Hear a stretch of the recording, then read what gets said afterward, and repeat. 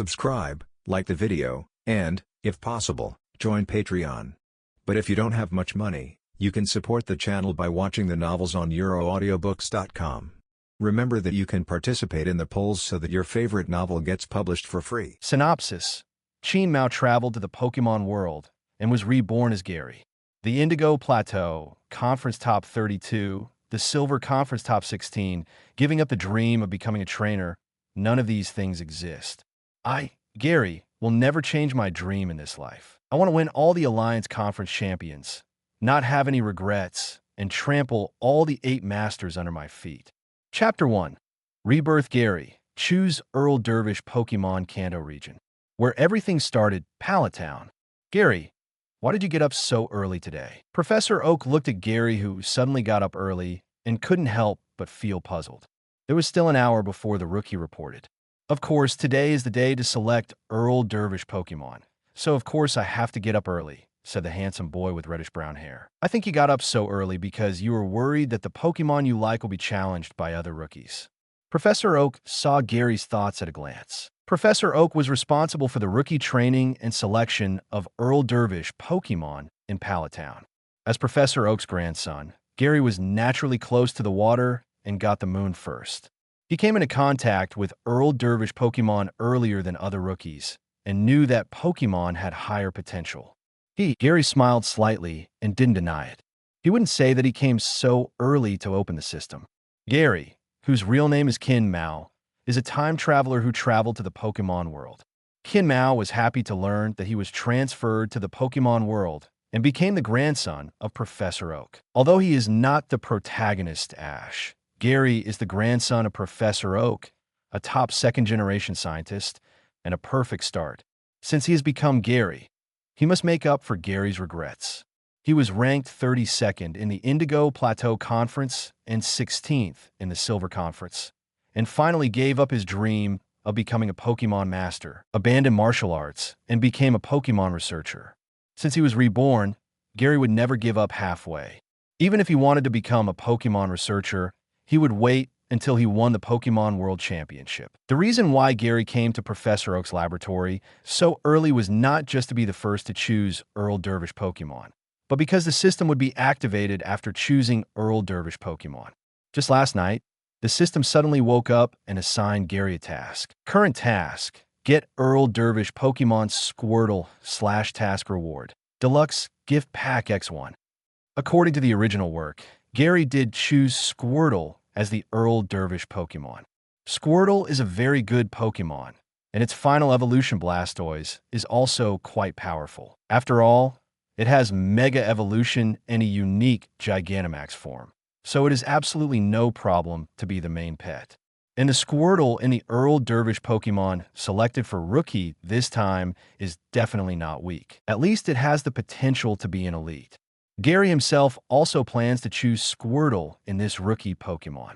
After all, after taking care of it for a while, Gary can see that Squirtle is the best among the 3 starters this time. An hour later, Professor Oak's laboratory was full of people. Most of them were the family members of this batch of rookie trainers, and only 2 people really chose Pokémon. Professor Oak also welcomed the other 2 rookie trainers in. Gary looked at the 2 rookies, 1 boy and 1 girl. The boy was called Xiao, and the girl was called Xiao. Like Ash and Gary, they grew up together in Pallet Town. Gary, I didn't expect you to arrive so early. It seems that you have already decided which Pokémon to choose. After you choose the Pokémon, let's have a battle. Xiaoqing's tone was full of taunt. Xiao looked like a good girl and didn't dare to talk. She just looked at Gary and Xiaoqing silently. Gary wanted to refuse this meaningless battle, but ding! Temporary mission released. Defeat the Challenger Orange /task reward. Low-level rare Candy X3 for Pokémon below level 30. Level +1. Okay, then let me let you taste your first defeat as a trainer. Gary said arrogantly. What? You will be the one to taste defeat. Orange said unconvinced. Then wait and see. Gary was in no mood to argue with a 10-year-old kid. Gary didn't take Orange and Yellow in front of him seriously at all. After becoming trainers, these 2 guys had a smooth early stage, but they had difficulty in the middle stage and gave up their dream of becoming trainers. How could Gary take someone who hadn't even participated in a Pokémon conference seriously? Professor Oak looked at Gary and Orange, who were confronting each other, and he was helpless, but he didn't dissuade them. Trainers naturally have to have a temper. It is common for trainers to have Pokémon battles with each other. Then you can have the battle in the backyard later. Professor Oak was very considerate and provided a venue for the two. Okay, follow me. Professor Oak took Gary and the other two to the test nearby, took out 3 Pokeballs from the pocket inside his white coat, and opened them. Great. See, here, Johnny. The classic first generation of the 3 Pokemons appeared. When Orange and Yellow saw the 3 Pokemons, their eyes were full of stars. Even though Gary had taken care of these 3 little guys, he was still very excited. Okay, this is the Earl Dervish Pokemon provided for you. According to the order of first come first served, Gary, you choose first. Professor Oak said. Then I won't be polite. Gary walked over generously. Orange and Yellow became nervous instantly. They naturally had their favorite Pokemons and were worried that they would be chosen by Gary. Gary walked straight towards Squirtle, stretched out his hand, and said, Squirtle, come with me. I will let you stand on the top of the world. Johnny. Squirtle nodded frequently with his round head. He was very happy to follow Gary and hug Gary's arm directly. Hee, you're my first Pokemon. Gary also touched Squirtle's head lovingly. Johnny. Squirtle squinted his eyes and enjoyed Gary's touch. Ding, mission completed. Rewards have been issued to the space backpack. The sudden system prompt brought Gary back to his senses. Gary is now very curious about what is in the luxury gift package, but the current situation is not good to open the luxury gift package, so he can only wait. Okay, it's your turn next, Xiao. Professor Oak, yes. Little Yellow nodded, walked directly to Bulbasaur, lowered his body, and said, Bulbasaur, come with me. See, Bulbasaur did not hesitate at all, stretched out Vine Whip on both sides, and started fighting with Little Yellow. Okay, Charmander is mine. Little Orange said excitedly. Little Orange's favorite Pokemon is Charmander. Just now, I was worried that Gary and Little Yellow would snatch Charmander away. In this way, the 3 of them all chose the Pokemon they liked. Gary, let's fight. After getting Charmander, Little Orange immediately challenged Gary. Gary didn't know what to say to Little Orange. Are you blind? Didn't you see that the Pokemon I chose was Squirtle? Water type restrains fire type. Okay? It seems that this Little Orange doesn't know much about Pokemon knowledge, which is comparable to Ash. No wonder he gave up becoming a trainer later. Chapter 2. First Battle. Well, since you are so anxious to taste failure, then follow me to the backyard. Gary Solation said. For the mission reward, Gary naturally had to fight with Xiao. I won't lose. Xiao didn't like Gary's arrogant attitude. As if he was sure that he would lose, he immediately followed and decided to defeat Gary. Gary was very familiar with the layout of Professor Oak's laboratory and took Xiao to the temporary venue behind the laboratory. Professor Oak and Xiao also followed, wanting to see the battle between the 2 trainer rookies. Gary and Xiao each walked to the command area on both sides. Then I will be the temporary referee. Professor Oak was also interested. Although the battle between the 2 seemed very low-end to Professor Oak, he missed it very much. He also went through this way. Now seeing that his grandson also started as a rookie trainer like himself, he felt very relieved while missing it. The next Pokemon duel between Gary and Orange will be 1v1. Please send out your Pokemon at the same time. Professor Oak announced in a serious manner. Come out, Charmander. I'll leave it to you. The 2 released Pokeballs at the same time, sending out Charmander and Squirtle respectively. Yes, as a fire-type Pokemon, Charmander is quite aggressive. After only a few minutes of separation, when he knew that he was going to fight, he immediately gave up his previous friendship with Squirtle's roommate and was ready for battle. Johnny. Squirtle was very upset to see his former partner change his face so quickly. He yelled more and more impolitely, as if he was scolding Charmander, a piece of shit. Seeing that the contest condition of both sides was in full swing, Professor Oak announced, the battle begins. Charmander, use Ember. Orange gave the order first. As a trainer rookie, Xiao Cheng had done some basic research and knew what skills Charmander had. Hey! Charmander spread his arms and spit up a ball of hot sparks, which fell on Squirtle. Hide in the shell, Gary ordered. Squirtle withdraw easily blocked Ember without even taking any damage. Reality is not a game. Any attack can cause damage, and the Ember used by Xiao Cheng's Charmander is too weak to even break Squirtle's shell defense. What? Xiao Cheng was a little confused and didn't expect Squirtle to be able to block Ember. Your Charmander's control over the fire element is too weak, and such an Ember has a hard time boiling water. Gary complained. You, Xiao Cheng said angrily. Since Ember is useless, then Charmander should approach Squirtle and grab it. Yes, upon hearing this, Charmander immediately rushed towards Squirtle without any movement and ran straight at a speed that was neither fast nor slow. Gary looked confident, and when Charmander was 2 meters away from Squirtle, he immediately ordered, "Now, water gun." Johnny, Squirtle quickly stuck his head out, spit up a water gun, and hit Charmander's face directly. Charmander, who was attacked, howled and howled, as if a hot iron block was poured with cold water, and the contest condition plummeted. He didn't fall down. Squirtle used tackle to give Charmander the last blow. Gary ordered. Johnny, Squirtle rushed towards Charmander, and while Charmander was not recovered, tackled Charmander's head and knocked him to the ground. Well, Charmander fell to the ground, his eyes spinning. Ding! Mission completed. Rewards have been distributed to the space backpack. Charmander loses combat ability, Squirtle wins. Professor Oak also made a judgment at this moment. What? I lost. Xiao Cheng couldn't accept it immediately. As a rookie, he lost in the first Pokémon battle, which was really a blow. After all, Xiao Cheng will get 2 or 3 badges in the future.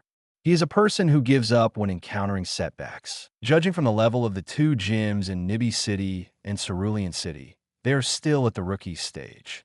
In other words, Xiao Cheng almost gave up the trainer path at the rookie stage. Don't be too upset. After all, the person who defeated you is the future Pokémon Master. Gary still said arrogantly, "You, wait, I will surpass you sooner or later." Xiao Cheng was furious when he heard Gary's words.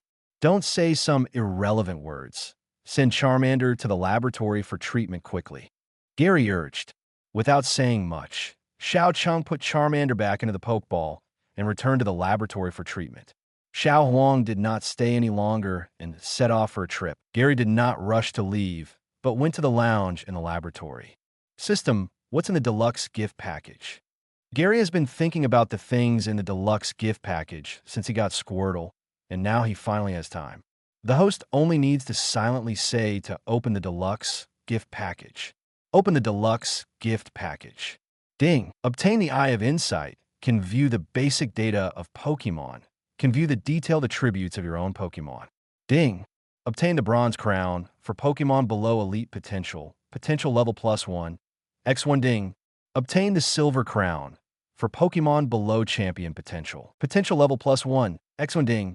Get low-level rare Candy X10. Looking at the light and shadow image that suddenly appeared in front of him, Gary asked worriedly, "Will outsiders be able to see this?" Host, please rest assured that everything in the system can only be seen by you. That's good. Gary almost scared himself. He didn't want the fact that he had the system to be exposed. The reward is okay. The things in the luxury gift package are quite standard, but the crown given is not bad, which can improve the potential of Pokémon. Let's take a look at Squirtle's data.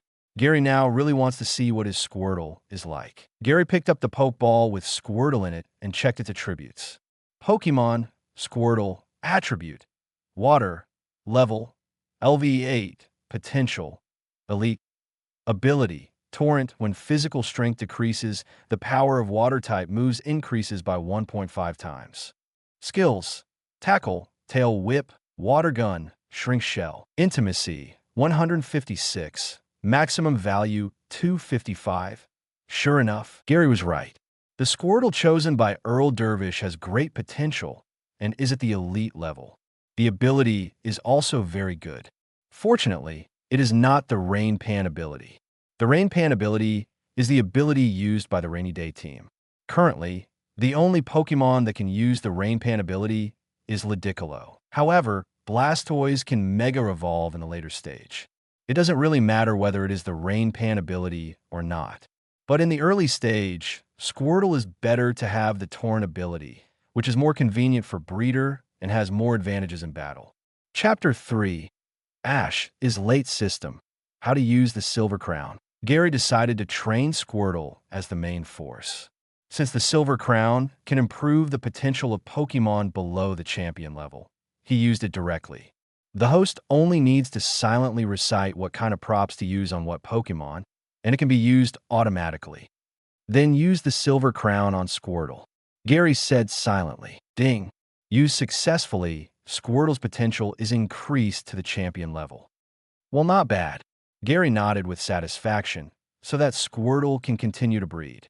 The level growth of Pokemon is closely related to the potential of Pokemon. Pokemon potential is divided into Normal, LV 129, Elite, LV 3039, Gym, LV 4049, Quasi-Elite, LV 5059, Elite, LV 6069, Champion, LV 7079, Quasi-Legend, LV 8089, Legend, LV 9099. Now is Champion level. If it develops normally until the Silver Conference period, Blastoise will definitely not lose to Ash's Charizard. Gary doesn't want to repeat the defeat in the Silver Conference. Not to mention the Silver Conference, the Indigo Plateau Conference in Kanto region is also the same. Gary wants to win the Quartz Conference champion this time. Let's go. Having improved Squirtle's potential, Gary plans to travel immediately. As for the low-level rare candy in the backpack, since it can only be used on Pokemon below level 30, Gary does not plan to use it now. At present, Squirtle's level is low. Gary can train it by himself and use low-level rare candy after breeding Squirtle to level 20, which will be more effective.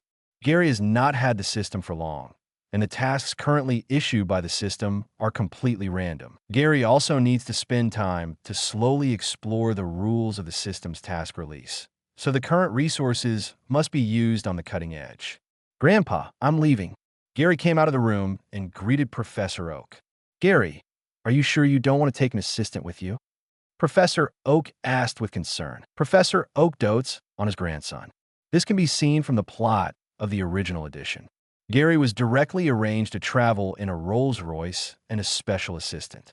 Gary even found a lot of girlfriends, which made others envious. He was definitely a rich second generation. Unfortunately, the Gary in front of him was not the arrogant Gary in the original book. Even without the system, Gary planned to travel alone. Only in this way could he experience the fun of traveling. "Okay, tell me if you encounter any difficulties outside." Professor Oak reminded. "Don't worry, Grandpa. If there are any difficulties, I will definitely tell you." Gary said, "Take this. This is the Pokemon Pokédex I developed. If you encounter any Pokemon on the road, the Pokédex will tell you what the Pokemon you encountered looks like." Professor Oak took out a red Pokemon Pokédex from his pocket. The founder of Pokemon Pokédex is Professor Oak, and the subsequent Pokemon Pokédex has developed into the Rotom mobile phone Pokédex. However, the current Pokemon Pokédex is still too simple, only recording the Pokemon in the Kanto region. Pokemon in other regions are also recorded, but only the names and photos of Pokemon in other regions are recorded, and there is no data information at all. Gary took the Pokemon Pokédex handed over by Professor Oak and looked at it carefully. It was indeed very honest, so he suggested, "Grandpa, why don't you try to integrate Pokemon into the electronic Pokédex so that Pokemon Pokédex will be more intelligent?" "Oh, Pokemon integrated into Pokédex Pokemon." Professor Oak was suddenly shocked. Why didn't he think of this before? He was surprised and said, "Gary, how did you think of this?" "Grandpa, I remember that there's a Pokemon called Rotom in the Sinnoh region that can attach itself to home appliances and make them smarter. You can try it. Then I'll leave first." Gary said nothing more. After all, he was a 10-year-old kid, and it was good enough for him to come up with a concept idea. If he really made Rotom Pokédex, it would be scary. Rotom and Pokemon Pokédex. I think we could try it. Professor Oak thought about Gary's suggestion silently. The more he thought about it, the more he felt that it was possible, and he forgot that Gary had gone far away. Outside Professor Oak's laboratory. Come on, come on, Gary. Great, great, Gary. There was a lot of noise outside the door. They were all people in the town. Because they knew that 4 rookie trainers appeared in the town, they all came to cheer and see him off. At this moment, Gary pushed the lightning car to the door, and Gary's cheerleaders cheered. I'm still so cool after 2 lives. Gary shook his head and deliberately let his bangs shake, which immediately attracted the hearts of the cheerleaders. Gary didn't want to do this, but he was too handsome, and he was the grandson of Professor Oak, so it was hard for the Stephanies in Pallet Town not to be attracted to him. But Gary knew very well that these Stephanies were too superficial. They were all women who coveted men's beauty and were vain. They were just for fun and could not be girlfriends at all. And Gary had no interest in these little girls. Ash is late again. Gary looked around and didn't see Ash. He was obviously late. As a time traveler, Gary didn't change the plot. After all, if Ash wasn't late, he wouldn't have met Pikachu. Sorry, let me go. Not long after, a boy in green pajamas squeezed in from the crowd. Isn't this Ash? Seeing Ash, Gary was immediately happy and immediately mocked. Ash, you were late from the beginning. Gary, Ash had just squeezed in from the crowd and was still a little confused, but he still recognized Gary.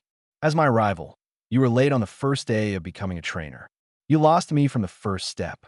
Gary said, So, Gary, you have already got the Pokémon? Ash didn't care about Gary's ridicule at all. Instead, he was curious about what Pokémon Gary got. Gary was also speechless with Ash. He was obviously mocking Ash, but he was still paying attention to Pokémon. It must be said that this is also Ash's advantage. Gary admires Ash's sincere love for Pokémon. Instead of asking me this, you should go to my grandfather to get the Pokémon quickly. You are late. It is a problem whether Earl Dervish Pokémon can be received. Gary said, What? My Pokémon, Gary, I won't talk to you anymore. Ash panicked and rushed into Professor Oak's laboratory immediately. Watching Ash run into Professor Oak's laboratory, Gary also rode away on a mountain bike. Chapter 4. First Pokémon Capture. Hum. Hum hum. After leaving Pallet Town, Gary hummed a little tune while riding on the forest path. Gary's first stop was naturally Viridian City. To go to Nibby City, he had to pass Viridian City first. There's a small forest between Pallet Town and Viridian City. The Pokémon living here are not very powerful, which is very suitable for novice trainers to level up. The way to upgrade Pokémon is similar to the game, and fighting is the fastest way to upgrade. Of course, in reality, the level can also be improved by training Pokémon's performance and skills. The speed of improving Pokémon's level by efficient training is not slower than fighting. However, there is a flaw in training Pokémon levels alone, that is, Pokémon's battle experience is insufficient. After all, Pokémon has its own good fighting methods. If you just train behind closed doors, the fighting style will be very simple, and the rivals you can deal with will also be limited. For example, a Pokémon standing on the ground will be at a disadvantage when fighting against a Pokémon that can fly.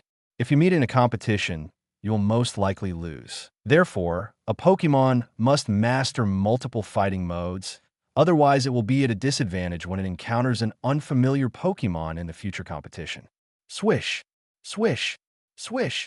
During the ride, a sound came from the dense grass around.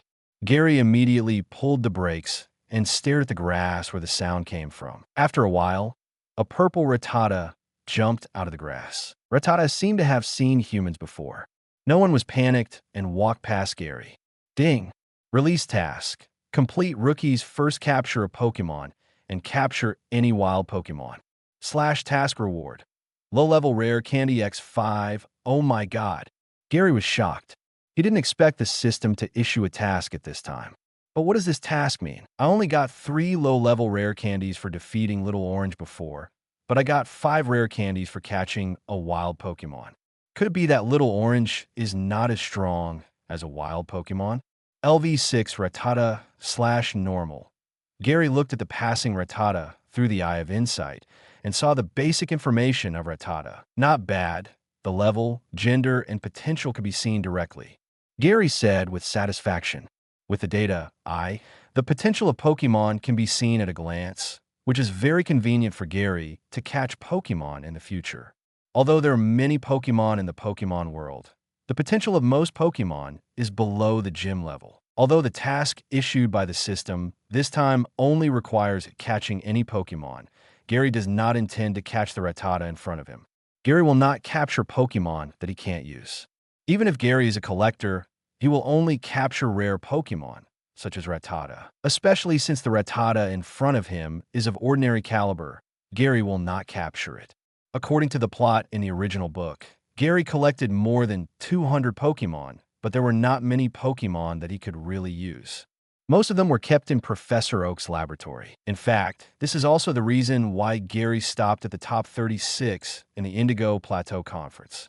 Gary captured too many Pokémon in the Kanto region. Each Pokémon would be bred for a period of time to test the potential of the Pokémon, wasting a lot of time and resources. But Ash is different. Ash captured a total of 11 Pokémon in the Kanto region, of course, excluding the duplicate Tauros. Among them, Butterfree was released by Ash, and Infernape was given away, so Ash only had 9 Pokémon in the Indigo Plateau Conference chapter, and naturally all his energy was concentrated on these 9 Pokémon. However, this is also because Ash is the protagonist. Normal trainers will capture several more of the same Pokémon when they choose to breed a Pokémon, compare them with each other, keep the best ones, and choose to release the rest. Ash is also the child of destiny. Although he has not captured many Pokémon, most of them have high potential, and the average potential is above quasi-elite. Now that Gary has the Eye of Insight, he doesn't have to worry about the potential of the captured Pokémon. See if there's a useful Pidgey nearby. Gary plans to capture Pidgey as the first Pokémon. Pidgey has a second-order evolution and can eventually evolve into Pidgeot. Pidgeot is a very useful home bird. Although its species strength is not good, it has strong mobility and high applicability. In addition, Pidgeot also has a Mega Evolution Stone, so is also worth breeding as a main force.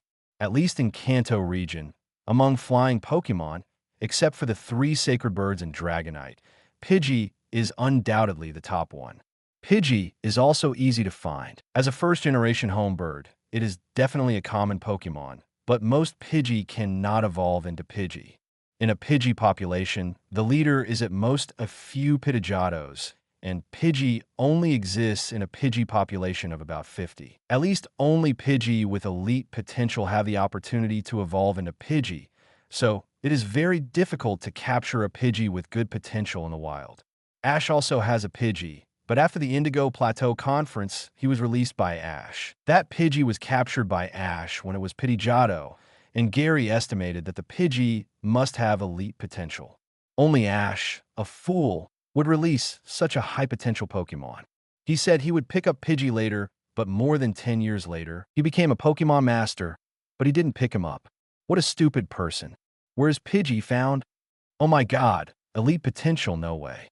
Gary searched for Pidgey near the forest near Viridian City, but unfortunately, he couldn't find even a Pidgey with gym potential. Most of the Pidgey he encountered were of normal potential, and occasionally he would find a few elite potential, but he had never encountered a Pidgey with elite potential or above.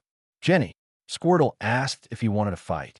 Gary was looking for Pidgey's things, and he kept letting Squirtle fight. He killed many Pidgey along the way, and Squirtle's level was upgraded from level 8 to level 9, and he also awakened the skill Rapid Spin. No, let's go back. Gary shook his head. It was already noon when he arrived in Viridian City. Gary spent the whole afternoon looking for Pidgey in the forest outside Viridian City. It's 5 p.m. now, and it's getting dark. We have to go back, or we'll get lost when it gets dark. Johnny. Squirtle nodded and followed Gary to protect him. Seeing Squirtle's dedication, Gary smiled. The Pokémon in this forest are not very high level, and Gary could defeat the Pokémon here by himself. Huh, why are the leaves over there moving? Johnny, as they walked, Gary and Squirtle found that there were leaves in the grass in front of them on the left that moved without wind. It didn't look like they were blown up by the wind, which was a bit weird. Chapter 5. Conquering Execute. Let's go and have a look. Gary was very brave and was not afraid of encountering any unclean things. He quietly approached with Squirtle. Gary assisted with the advantage of height. He could see clearly what was behind the grass. It was a small pile of leaves. There were leaves and weeds floating around the small pile of grass. It was very strange. What Pokemon is it? Gary knew that it was Pokemon who did it, but he couldn't think of any Pokemon in the Kanto region that would cover itself in this way. No matter how he thought about it, it seemed that only the Wormadam in the Sinnoh region would do this. Wormadam would use leaves to cover its body to deceive its natural enemies. Squirtle, use the water gun on that pile of grass. Gary immediately picked up Squirtle and gave an order. Johnny, the picked up Squirtle, also saw the small grass pile and spit up a water gun, hitting the target accurately. The small grass pile hit by the water gun was instantly dispersed, revealing the true appearance of the Pokemon inside. Egg. There were 6 light pink eggs, except for the egg in the middle without cracks. The other 5 eggs had cracks, and the expressions of each egg were different. One was a smiling face, 4 angry faces, and one was a sad face. Not only was the shell of the sad egg cracked, but the yolk inside could also be seen. LV 10 execute/Gym execute. Gary was also surprised. He didn't expect to meet an execute with gym potential. Execute is a very good grass-type Pokemon, and its second attribute is still Psychic, which can be evolved into Exeggutor with Leaf Stone. Exeggutor species is as high as 530, which is 5 points higher than Venusaur in the 3 starter Pokemons. In addition, it also has a rare Psychic attribute, which has a high breeder value.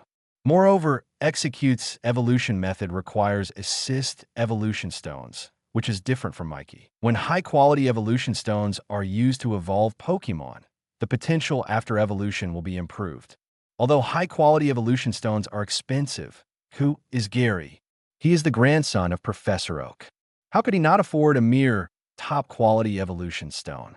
In an instant, Gary decided to capture this Execute. Execute was also very panicked. It was already dusk. As a grass-type Pokemon, its combat power would decrease at night. This Execute used weeds and leaves to cover itself because it felt that the sun was about to set. Unexpectedly, it was still discovered. Water gun. Gary immediately issued an attack order. Johnny, after an afternoon of fighting, Squirtle's contest condition was hot, so he quickly spit up water gun. When Execute was in a panic, a transparent rainbow light barrier appeared in front of him, but the barrier did not block the water gun, and the water gun went straight through and hit Execute. This is Execute's Reflect, which can be used to defend against physical attack skills, but water gun is a special attack skill, so Reflect naturally does not work.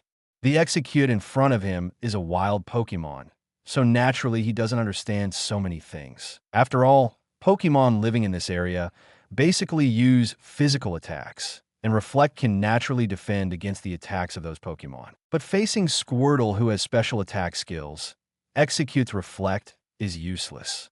Very good, continue the water gun attack.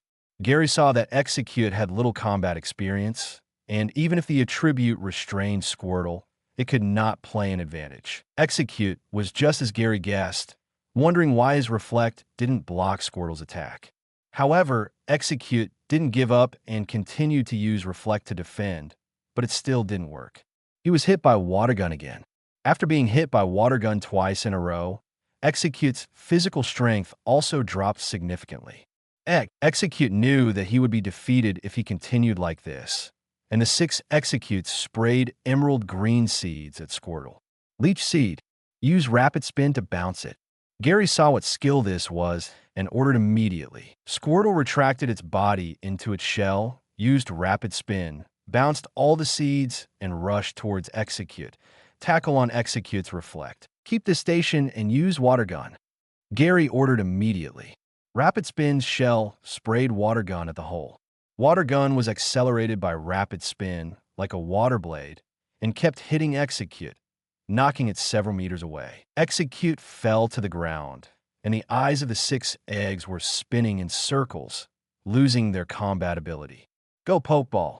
Gary threw the Pokeball in his hand towards Execute. Bang! The Pokeball hit Execute accurately and took Execute in. The Pokeball fell on the grass, shook slightly, and then stopped shaking. Ding! Mission completed. Rewards have been distributed to the space backpack. Great! I captured Execute, Gary said happily. This was his first time to capture a wild Pokemon through battle. It felt great. Johnny. Squirtle also waved to congratulate. It had been fighting for an entire afternoon, but still didn't know what Pokemon Gary was going to capture. Now it finally had a result. Johnny. Squirtle trotted over, picked up the Pokeball, returned to Gary, and handed the Pokeball to Gary. Thank you. Gary touched Squirtle's head, took the Pokeball, and checked the specific attributes of this Execute. Pokemon Execute.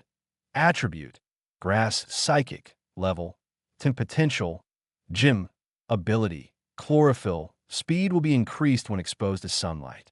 Skills: Absorb, Hypnosis, Reflect, Leech Seed. Intimacy: 121, Maximum Value 255, Chlorophyll Ability, not bad. Gary is very satisfied with the ability of this Execute. If it is the harvesting ability, it will be a headache. The effect of the harvesting ability is that there is a 50% chance to copy the berries carried by the body. This ability is completely designed for the game. In reality, the harvesting ability does not help in battle, but it helps fruit farmers a lot, allowing the fruit trees to produce more fruits. For fruit farmers in the orchard, Pokemon with the harvesting ability are good at planting and are very popular with them. Ding. Issued task: Green Champion Team, capture and breed the following 6 Pokemon/Pokemon: Blastoise, Pidgeot, Alakazam, Rhydon, Arcanine, Exeggutor. Rewards: 10 high-level rare candy for Pokemon below level 70, level +1, and 10 intermediate rare candy for Pokemon below level 50, level +1, and 1 bronze crown and 1 silver crown and 1 gold bottle cap for Pokemon below legendary potential level +1. Team Turquoise. Gary was surprised by the task suddenly released by the system. He saw that the task required 6 Pokemon to be breeder. Obviously, this was the team of Champion Turquoise into the Origin chapter. Champion Turquoise was actually Gary himself. The rewards are very rich, and these Pokemon are also very worthy of breeder. Gary thought this task was pretty good.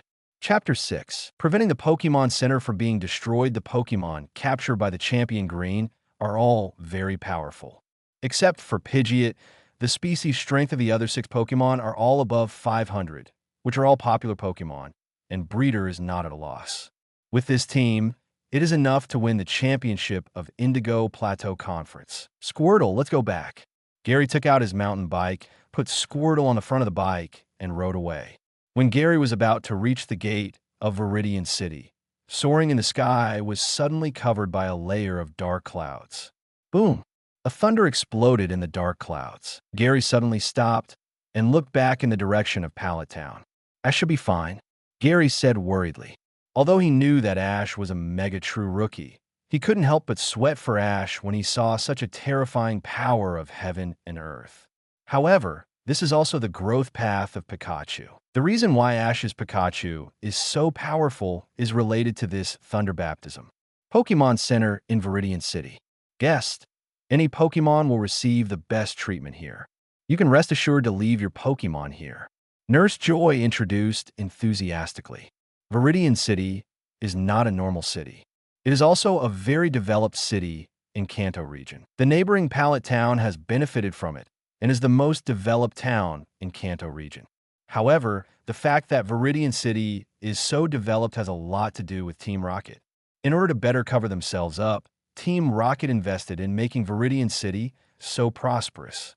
The strongest gym in Kanto region is also Viridian Gym. Team Rocket leader Banmu also personally serves as the gym owner. I don't know if Mutwo has awakened now, Gary thought secretly. Mutwo has been created by Team Rocket, but has been in a deep sleep. According to the development of the plot, Mutwo will wake up within 3 months before the Indigo Plateau Conference. Calculating the time, from now on, it will wake up within the next 3 months. In the original plot, Gary even tasted Mutwo's power himself and was defeated by Mutwo. Gary has no interest in eradicating Team Rocket and tries not to provoke them. Even though Gary is Professor Oak's grandson, he is not qualified to compete with the giant Team Rocket. After all, Team Rocket existed when Professor Oak was young and has been operating for decades. It has a deep foundation, and its forces are distributed in Kanto and Johto regions. It also has sub-bases in other regions. Unless Kanto Alliance wants to reshuffle Kanto region, it is impossible to completely eradicate such a large organization as Team Rocket. Gary is now worried that the system will issue a task when he challenges Tokiwa Gym. Should he challenge or refuse at that time? Mutewo will definitely not be able to beat it. Even when Mutewo of Team Rocket is sleeping, its strength has been growing. After waking up, it has the strength of a champion. When tested under Itaki, Mutewo's strength reached the quasi-legend level. By the time Mutewo's counterattack happened, Mutewo had already reached the legendary level. Only when Mutewo reached the legendary level, Mew, who is also a legendary level, could sense Mutewo's existence. It's too early for me. I'd better think about becoming a trainer and live a more comfortable life. Gary didn't care much about it. Pokémon itself is a very magical existence. Gary knows very well what kind of village Arceus is, and it is unattainable with human power. If all of humanity wants to go against Arceus, they can only kill one of Arceus' clones at best. Early in the morning, Gary went out at 8:30 and headed for the largest Pokémon supermarket in Viridian City. The items sold in the Pokémon supermarket are all related to Pokémon. Now, Gary already has 2 Pokémon, so he needs to replenish his supplies and buy evolution stones. Not only does he need to buy Leaf Stone for Executor, but he also needs to buy Fire Stone because the mission requires him to capture Arcanine. Arcanine is a very rare Pokémon even in the Kanto region. Wild Arcanine and Growlithe are hard to come by in the wild, and they are basically monopolized by the Interpol organization. You can buy them on the black market, but with Gary's current status, it is definitely not suitable for him to buy things on the black market. After all, as Professor Oak's grandson, it is illegal to buy Pokémon on the black market. According to the laws of this world, rare Pokémon are not allowed to be sold or captured. Only trainers recognized by the Alliance are allowed to capture them in the wild. After all, the Alliance cannot manage rare Pokémon in the wild. If they're captured by trainers, they can also be well taken care of. But Gary is not worried about this. He is the grandson of Professor Oak. He can get a Growlithe from the police station with Professor Oak's relationship. Although Arcanine is monopolized, the police station still allows trainers to adopt Growlithe from the police station. However, ordinary trainers basically cannot get one, but Gary has this convenience. However, even if Gary can get a Growlithe from the police station, he can only get male Growlithe. Because female Growlithe are used for breeding, they are firmly held in the hands of the Interpol organization and will not be sold to the public. When I arrived at the door of the Pokémon department store, I saw 2 wanted posters posted on the notice board before I went in. There are 2 photos on the wanted poster, but the photos only show the body of a person, not the head. However, it can be determined that there is a man and a woman, and the woman's hair color is pink. Team Rocket. Gary recognized the 3 members of Team Rocket at a glance. However, Xiao of Viridian City is really irresponsible. Even if you want to issue a wanted poster, at least post the face photo of the target person, who can recognize the body photo you show. Ding. Issue a mission to prevent Viridian Pokémon Center from being destroyed by Ash's Pikachu / task reward. Low-level rare, Candy X10. Gary originally planned to get involved in Ash's affairs, but the system has already issued the mission. 10 rare candies are not a small amount. Let's do it. According to the time, Ash has already arrived at the Pokémon Center in Viridian City, and Pikachu is also receiving treatment. Because Pikachu was too seriously injured and was in rescue until the evening, Team Rocket only appeared at night. Then let's go there at night. Gary decided to go there at night. Anyway, it doesn't matter if the task is not completed. At most, he won't get the reward. After Gary parked his Fuma mountain bike, he entered the Pokémon department store. According to the waiter's instructions, he came to the 3rd floor of the Pokémon department store, which specializes in selling Pokémon evolution props. Little handsome boy, what kind of evolution stone do you need? We have a full range of evolution stones here. The waitress saw Gary's handsome appearance and immediately came over to introduce. Chapter 7, Top Quality Evolution Stone. I need a premium leaf stone. Do you have one here? Gary is not bad at treating his Pokémon badly, so he will use the best evolution stones on the market. The waitress was surprised to hear Gary's request, because premium leaf stones are very expensive and normal trainers can't afford them. Young handsome man, premium leaf stones are very expensive, costing 3 million each. Are you sure you need them? The waitress reminded. If you don't need them, why should I ask you? Just tell me if you have them. Gary looked defiant, as if 3 million was not a big deal in his eyes. Of course we have them. The products in our Pokémon department store are very affordable. But young handsome man, you need to prove to me that you have the ability to buy them first. The waitress said, the evolution stones in the display cabinet are all ordinary evolutions, and premium Pokémon are naturally placed in the safe, and normal trainers don't take them out easily. Gary shook his head helplessly and took out a black card from his arms. The moment she saw the black card, the waitress was dumbfounded, because this black card can be used without a limit. Looking at the whole world, not many people have black cards. Handsome, please wait a moment. I'll get the leaf stone. The waitress said, well, go ahead. Gary was also quite surprised. He didn't expect that the Pokémon department store here really had the best evolution stone. Normal Pokémon department stores don't have the best evolution stone. It's good to have the high-level evolution stone. Pokémon props like the best evolution stone can be auctioned, and they will be sold for more than 3 million. After waiting for a while, the waitress came with a delicate box, put it on the counter, and opened it. Inside was a leaf stone the size of 2 adult palms. Compared with other evolution stones, the appearance of the leaf stone looks very simple, like a leaf fossil. In addition to the leaf stone, is there a fire stone? Gary asked. Originally, I planned to try my luck, but I didn't expect that the Pokémon here really had goods, so I asked about the fire stone. Of course, the waitress immediately ran to the room and took out another box. Opening the box, there was a crystal clear stone that looked like a normal crystal. It seemed to store flames inside, and it was more than twice the size of an ordinary flame stone. Your Pokémon department store actually has top-quality evolution stones. You are really powerful, Gary exclaimed. Of course, although Pokémon department store has a dedicated supply channel, our Pokémon supply in Viridian City is invested by Mr. Bamboo. The waitress said proudly. Hearing that Bamboo had invested, Gary was relieved. No wonder the Pokémon department store here has top-quality evolutions. It turns out that Team Rocket is helping to supply them. Bamboo is definitely a well-known figure in Kanto region, but no one knows that Bamboo is the leader of Team Rocket. I want both evolution stones. Swipe the card. Gary said, okay, please wait. The waitress' eyes narrowed with joy. She could get a lot of commission just from this order. After buying 2 top-quality evolution stones, Gary replenished some supplies, bought some energy blocks that water and grass Pokémon like to eat, and then left. In a small garden in Viridian City, Gary sat on a public chair, holding a Pokeball in his hand, and pressed the button on the Pokeball. Great! 6 executes with different expressions appeared. Egg. Execute looked around, confused. Gary had just captured Execute yesterday, and Gary had met Execute in the evening. Execute also recognized Gary as a trainer. After all, in the wild Pokémon would recruit each other.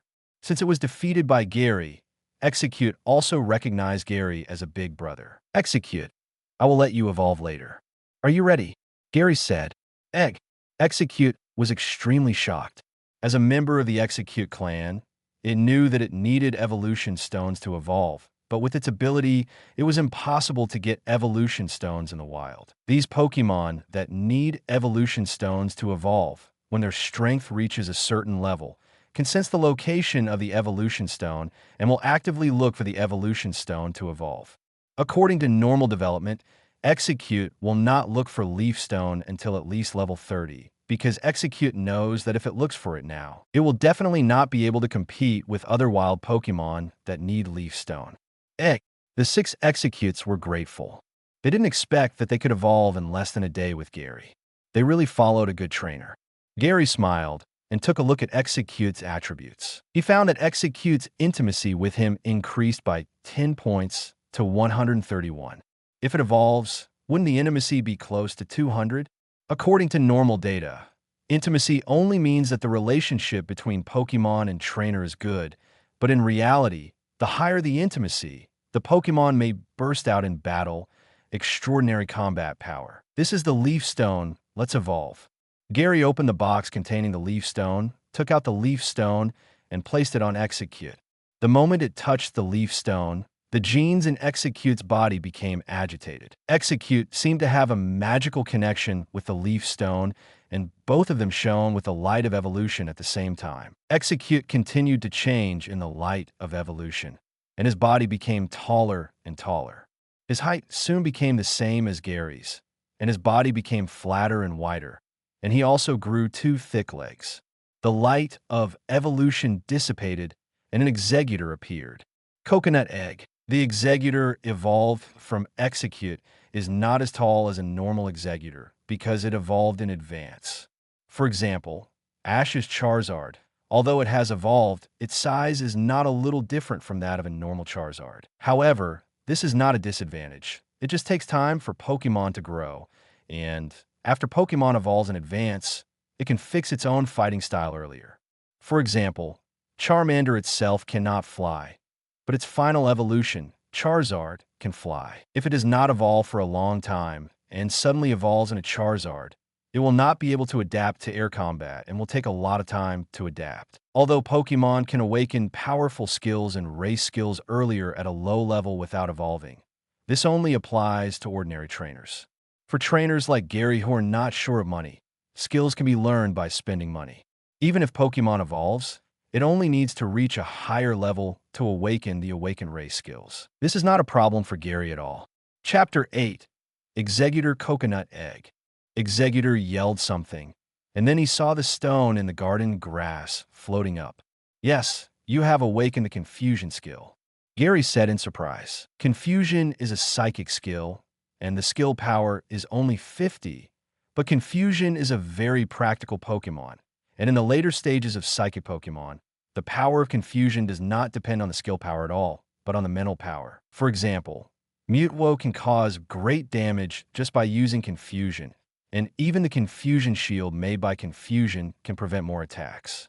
Gary patted Executor, who was about the same height as him, and looked at its attributes.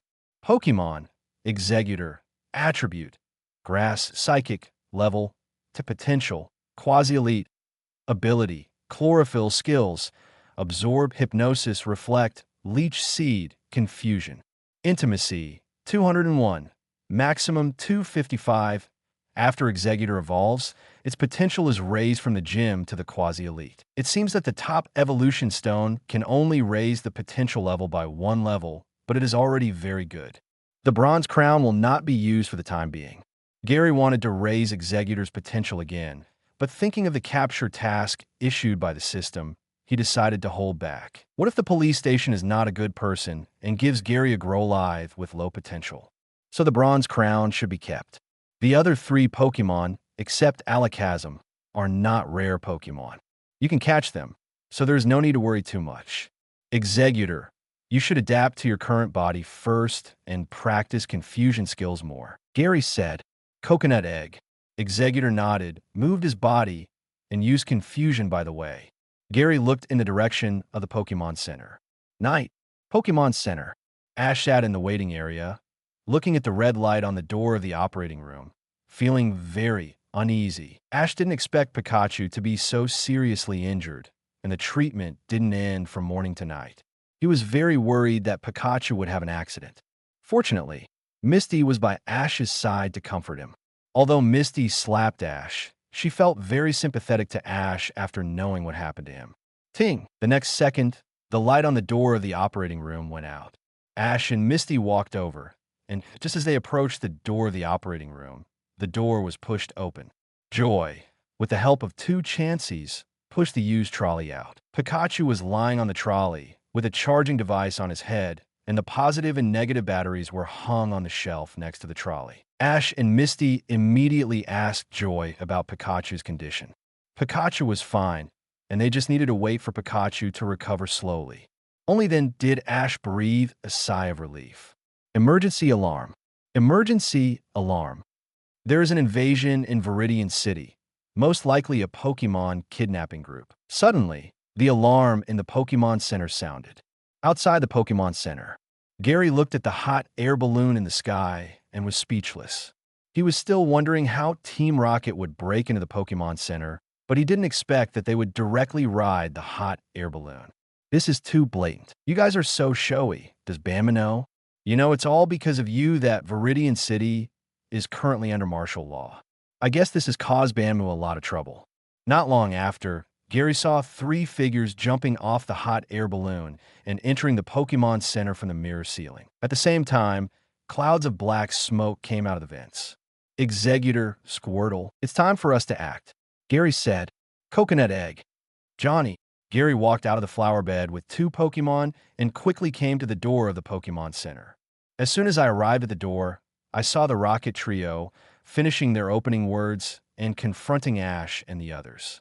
Our target is the sick Pokémon in the Pokémon Center. If we look for them one by one, we will definitely find a few precious Pokémon. Jesse said. Right. James nodded in agreement. Their goal this time is to find the precious Pokémon that are being treated in the Pokémon Center. You bastards, it's really infuriating, Ash said angrily. This is the first time he has seen such shameless people in his life. Jesse and James don't care about rookie trainers like Ash. They are elite members of the Rocket team. Coughing used poison gas. James was too lazy to talk nonsense and used it directly. Wow. However, Coughing, who wanted to act, suddenly stopped in midair and couldn't move. Seeing that Coughing didn't act, James asked in surprise, Coughing, what's wrong with you? What's going on?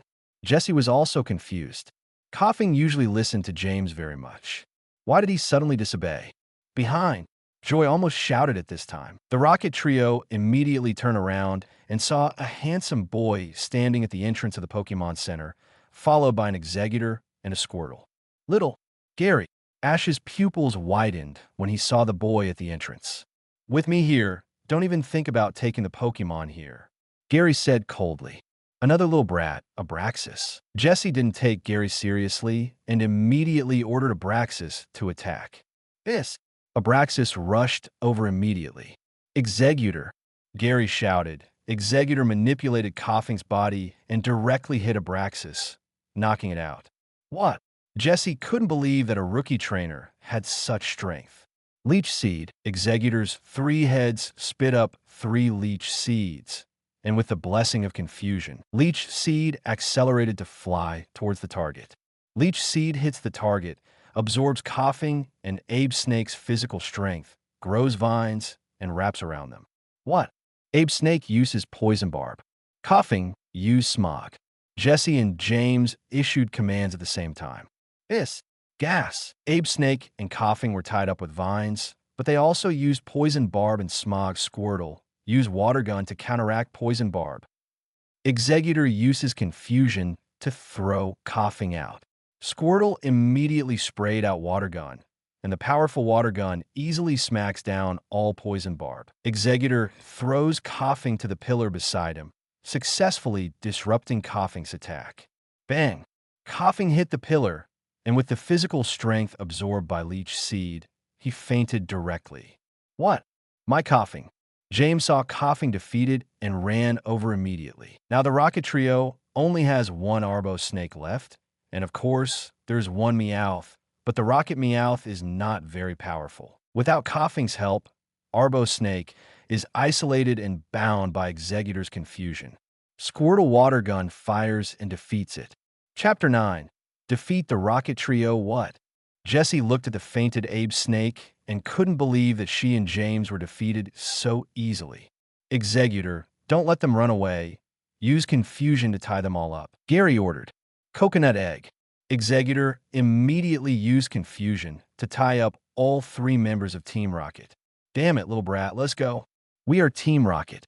If you mess with us, you will be in trouble. That's right, Meow. The 3 members of Team Rocket were still stubborn and threatened Gary with Team Rocket. Gary didn't know what these 3 people were thinking. Viridian City is an important base of Team Rocket. Itsuki is in Viridian City and never lets his men move here. You 3 are so good, running here to steal Pokémon. If you succeed, Alliance will definitely send investigators to investigate, and then Itsuki will have to act cautiously. Gary ignored the Rocket Trio and ordered, Executor, tie them up with leech seed. Executor spit up 3 more leech seeds and wrapped them around the rocket trio. Leech seed absorbed the trio's physical strength and grew vine whip to tie them up. Moreover, the rocket trio's energy was not as strong as before, and they all fell asleep. Okay, it's quiet now. Gary waved his hand. At this time, Joy knew that the dilemma was resolved, and they all came to thank Gary for his help. Thank you. You really help a lot. Otherwise, the Pokémon was taken away. I don't know how to explain to those trainers. Joy thanks sincerely. You're welcome. This is my duty as an Alliance trainer. So let's call Miss Xiao over quickly. Gary said, No need. The alarm has just sounded, and Miss Xiao is on the way. Joy shook his head. Don't move, police. As soon as the voice fell, Junxia's voice came from outside the door.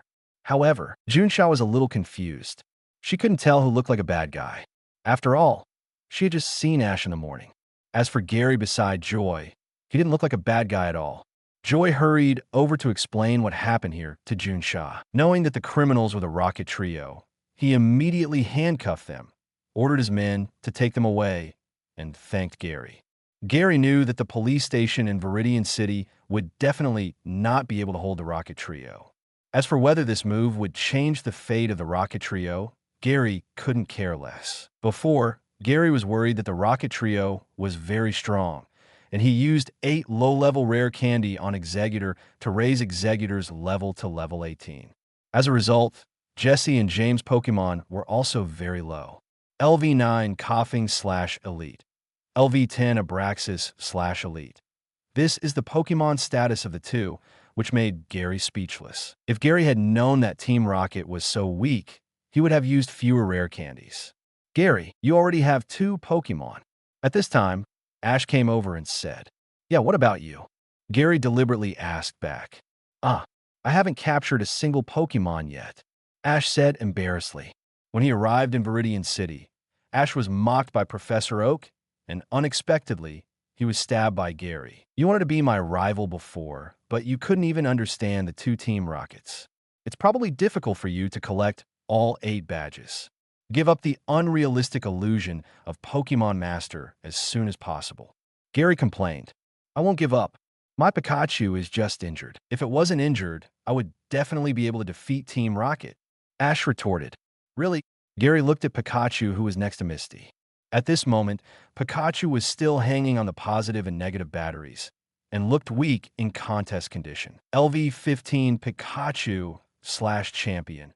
Ash also saw Pikachu's miserable condition and thought of what he had just said and suddenly felt a little unconfident. Gary was surprised at Pikachu's potential. Could it be that after the electric Pokemon was struck by lightning, the potential would be improved?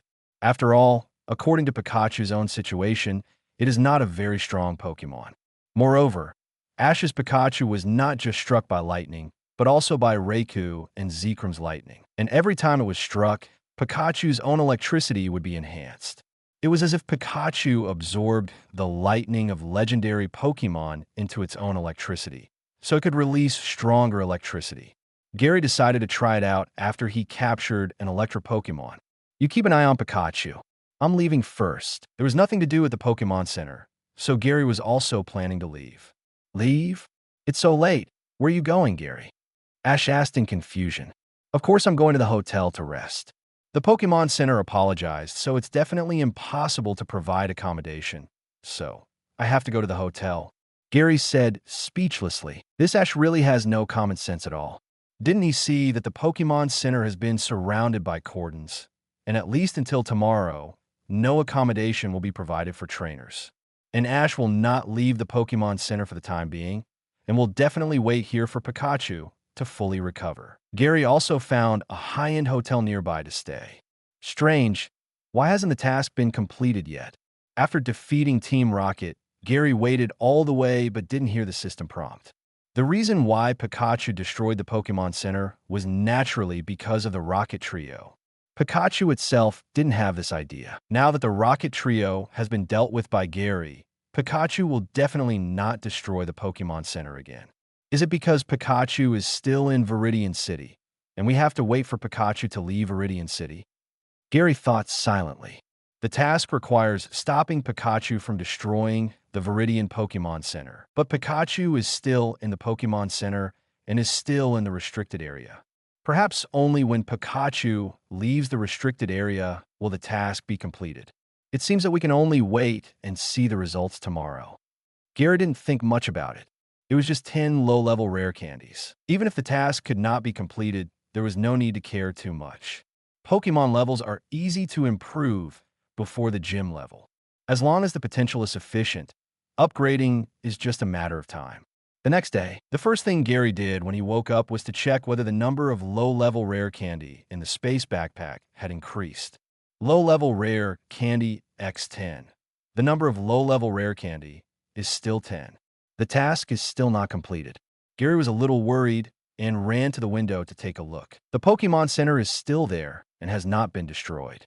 It seems that Ash and his friends have not left Viridian City yet. Chapter 10. Flash Caterpie after washing up. Gary checked out of the front desk and rode his Fuma mountain bike past the Pokémon Center. After a night of investigation by the police, the cordon around the Pokémon Center had been removed and the glass windows of the skylight were being repaired. It seemed that everything was going well. The wanted poster on the notice board at the door was also removed. It should be fine. After making sure that everything was peaceful, Gary did not stay any longer and rode his mountain bike to the north. Gary's next stop was naturally Nibby City. To get to Nibby City from Viridian City, you have to go through Viridian Forest. Because the Viridian Forest is densely wooded and is a natural maze, many trainers got lost in it in the past. But now there's no need to worry. The road has basically been opened. As long as you don't run into the forest on your own, you can leave by following the road. However, Gary has no intention of leaving. Viridian Forest has a lot of bug-type and flying Pokémon, and Gary is planning to capture a Pidgey with good potential here. The starting Pokémon of the Green Champion team is Pidgeot. If you miss Viridian Forest, it will be difficult to meet a Pidgey with high potential in other places.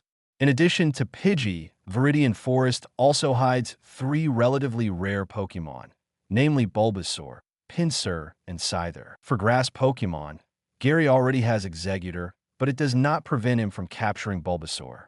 Anyway, Bulbasaur also has Poison type, so he can just cultivate it as a poison pet. The most important thing is that the Pokémon that Gary hopes to meet now are Scyther and Pinsir. These 2 Pokémon are the ceiling of Bug-type Pokémon, and both can Mega Evolution. In particular, Scyther can also evolve into Scizor with the Technical Expert ability. After Mega Evolution, Sword Dance plus Bullet Punch can directly push the team. The key is that Scizor has no weaknesses. The only weakness is that it is afraid of fire Pokémon. As long as it does not encounter fire Pokémon in the battle, Scizor can be said to be unparalleled in attack and defense. Squirtle, help me explore the surroundings and see if there are any strange Pokémon. When he came to the entrance of the Evergreen Forest, Gary put Squirtle on the front of the car to help him find Pokémon. As for Exeggutor, it is too big, and the mountain bike cannot bear the weight of Gary and Exeggutor. After entering the Evergreen Forest, Gary rode slowly and saw a lot of bug-type Pokémon, all of which were Caterpie. Are these Caterpie not afraid of people at all? Gary asked, puzzled. Because the Evergreen Forest is rich in bug-type Pokémon, it is also rich in insect-catching boys, and Caterpie is basically the first choice of Pokémon for every supplement boy. Gary has no interest in Rayquaz's juvenile form. Although Butterfree has its own Gigantamax form, it is not that strong. The main reason is that Butterfree's peak period is too short. Bug-type Pokémon has a fatal flaw, which is its low lifespan. Butterfree's lifespan is only about 10 years. During these 10 years, its peak period is at most 5 years. After 5 years, Butterfree will start to decline. Of course, if Butterfree's potential is high enough and its lifespan is extended, its peak period will also increase, but it will never exceed 10 years. This is the limitation of some Pokémon. Pokémon's lifespan varies. Pokémon with short lifespans only have a flowering period of a few years, while Pokémon with long lifespans can be passed on to the next one. For example, Dragonite has an extremely long lifespan, and it is no problem to pass it on to great-grandchildren. Johnny! Just as Gary was looking around, Squirtle suddenly called out. What's wrong? Caterpie! Gary looked in the direction of Squirtle's eyes and saw a yellow Pokémon lying on the tree. This Pokémon was very shy and immediately used dense leafage to cover its body when it found that it was seen. LV8 Caterpie / Gym Ding. Mission released. Capture the first shiny Pokémon / mission reward. Shiny Charm. The probability of encountering shiny Pokémon is 1 in 1,000. X1. Oh my god. Flash Caterpie. Gary was shocked. This is the first time Gary has encountered a shiny Pokémon in the wild since he grew up, and it also triggered a system mission. This Caterpie has nowhere to run. Squirtle, use water gun. Gary immediately issued an order. As a trainer, in addition to capturing the Pokémon he needs, if he encounters a shiny Pokémon, he must capture it. Johnny. Squirtle jumped up and used several water balls to hit the Caterpie on the treetop. This was Gary's suggestion to Squirtle. Although the power of the water gun would be reduced, it could be turned into multiple attacks. Pa! Pa! Pa! Flash Caterpie was very timid and did not resist. He was hit by the water gun continuously and fell from the treetop. Go Pokeball. Gary immediately took out the Pokeball and threw it. The Pokeball flew out a beautiful arc and hit the target before Flash Caterpie landed and captured it. Bang! The Pokeball fell to the ground, shook slightly 3 times, and the red light on the button went out. Ding! Mission completed. Rewards have been distributed to the space backpack. Ding! Post a task to capture 10 shiny Pokémon / task reward. Advanced Flash Charm. 5/1000 chance of encountering shiny Pokémon. X1. There are follow-up tasks. Gary didn't expect the system to reward a higher level shiny charm. 5/1000 chance, if approximated, means 1/200 chance of encountering shiny Pokémon, which is still quite high. However, Gary is not very enthusiastic about shiny Pokémon, unless the shiny Pokémon he encounters later is worthy of breeding. Gary will basically send it to Professor Oak's laboratory and let his grandfather take good care of it. Professor Oak is still very curious about shiny Pokémon. I believe that if I send this Caterpie back, Professor Oak will be very interested. Gary parked the mountain bike, walked over to pick up the Pokeball, and checked the attributes of Flash Caterpie. Pokémon, Caterpie, Flash, Attribute, Bug, Level, 9, Potential, Gym, Ability, Scale Powder, protected by Scale Powder, it will not be affected by the additional effects of moves. Skills, Tackle, String Shot, Bug Bite, Intimacy, 100, Max Value 255, Scale Powder ability, Evolve into Butterfree is the Compound Eye ability, which can be used in the early stage. Gary thought, although Gary does not intend to breed Caterpie as the main force, this Caterpie has good potential and is still worth breeding. At least it will be useful for Gary to fight in the gym later. After all, Sabrina of the Saffron Gym uses Psychic Pokemon, and Bug-type Pokemon restrains Psychic Pokemon. Chapter 11. Samurai Boy, what a pity I didn't meet Scyther. Gary put away the Pokeball, not knowing whether his luck was good or bad. It was definitely not bad luck to meet shiny Pokemon. After all, the difficulty of meeting shiny Pokemon was much lower than the probability of meeting Scyther. Let's keep looking. Gary thought he could stay in the Evergreen Forest for 2 more days to see if there was a chance to meet Scyther or Pinsir. After all, Sabrina was too strong. If you want to defeat Sabrina, you can't do without Bug-type Pokemon. As for Ghost Pokemon, it's too difficult to meet.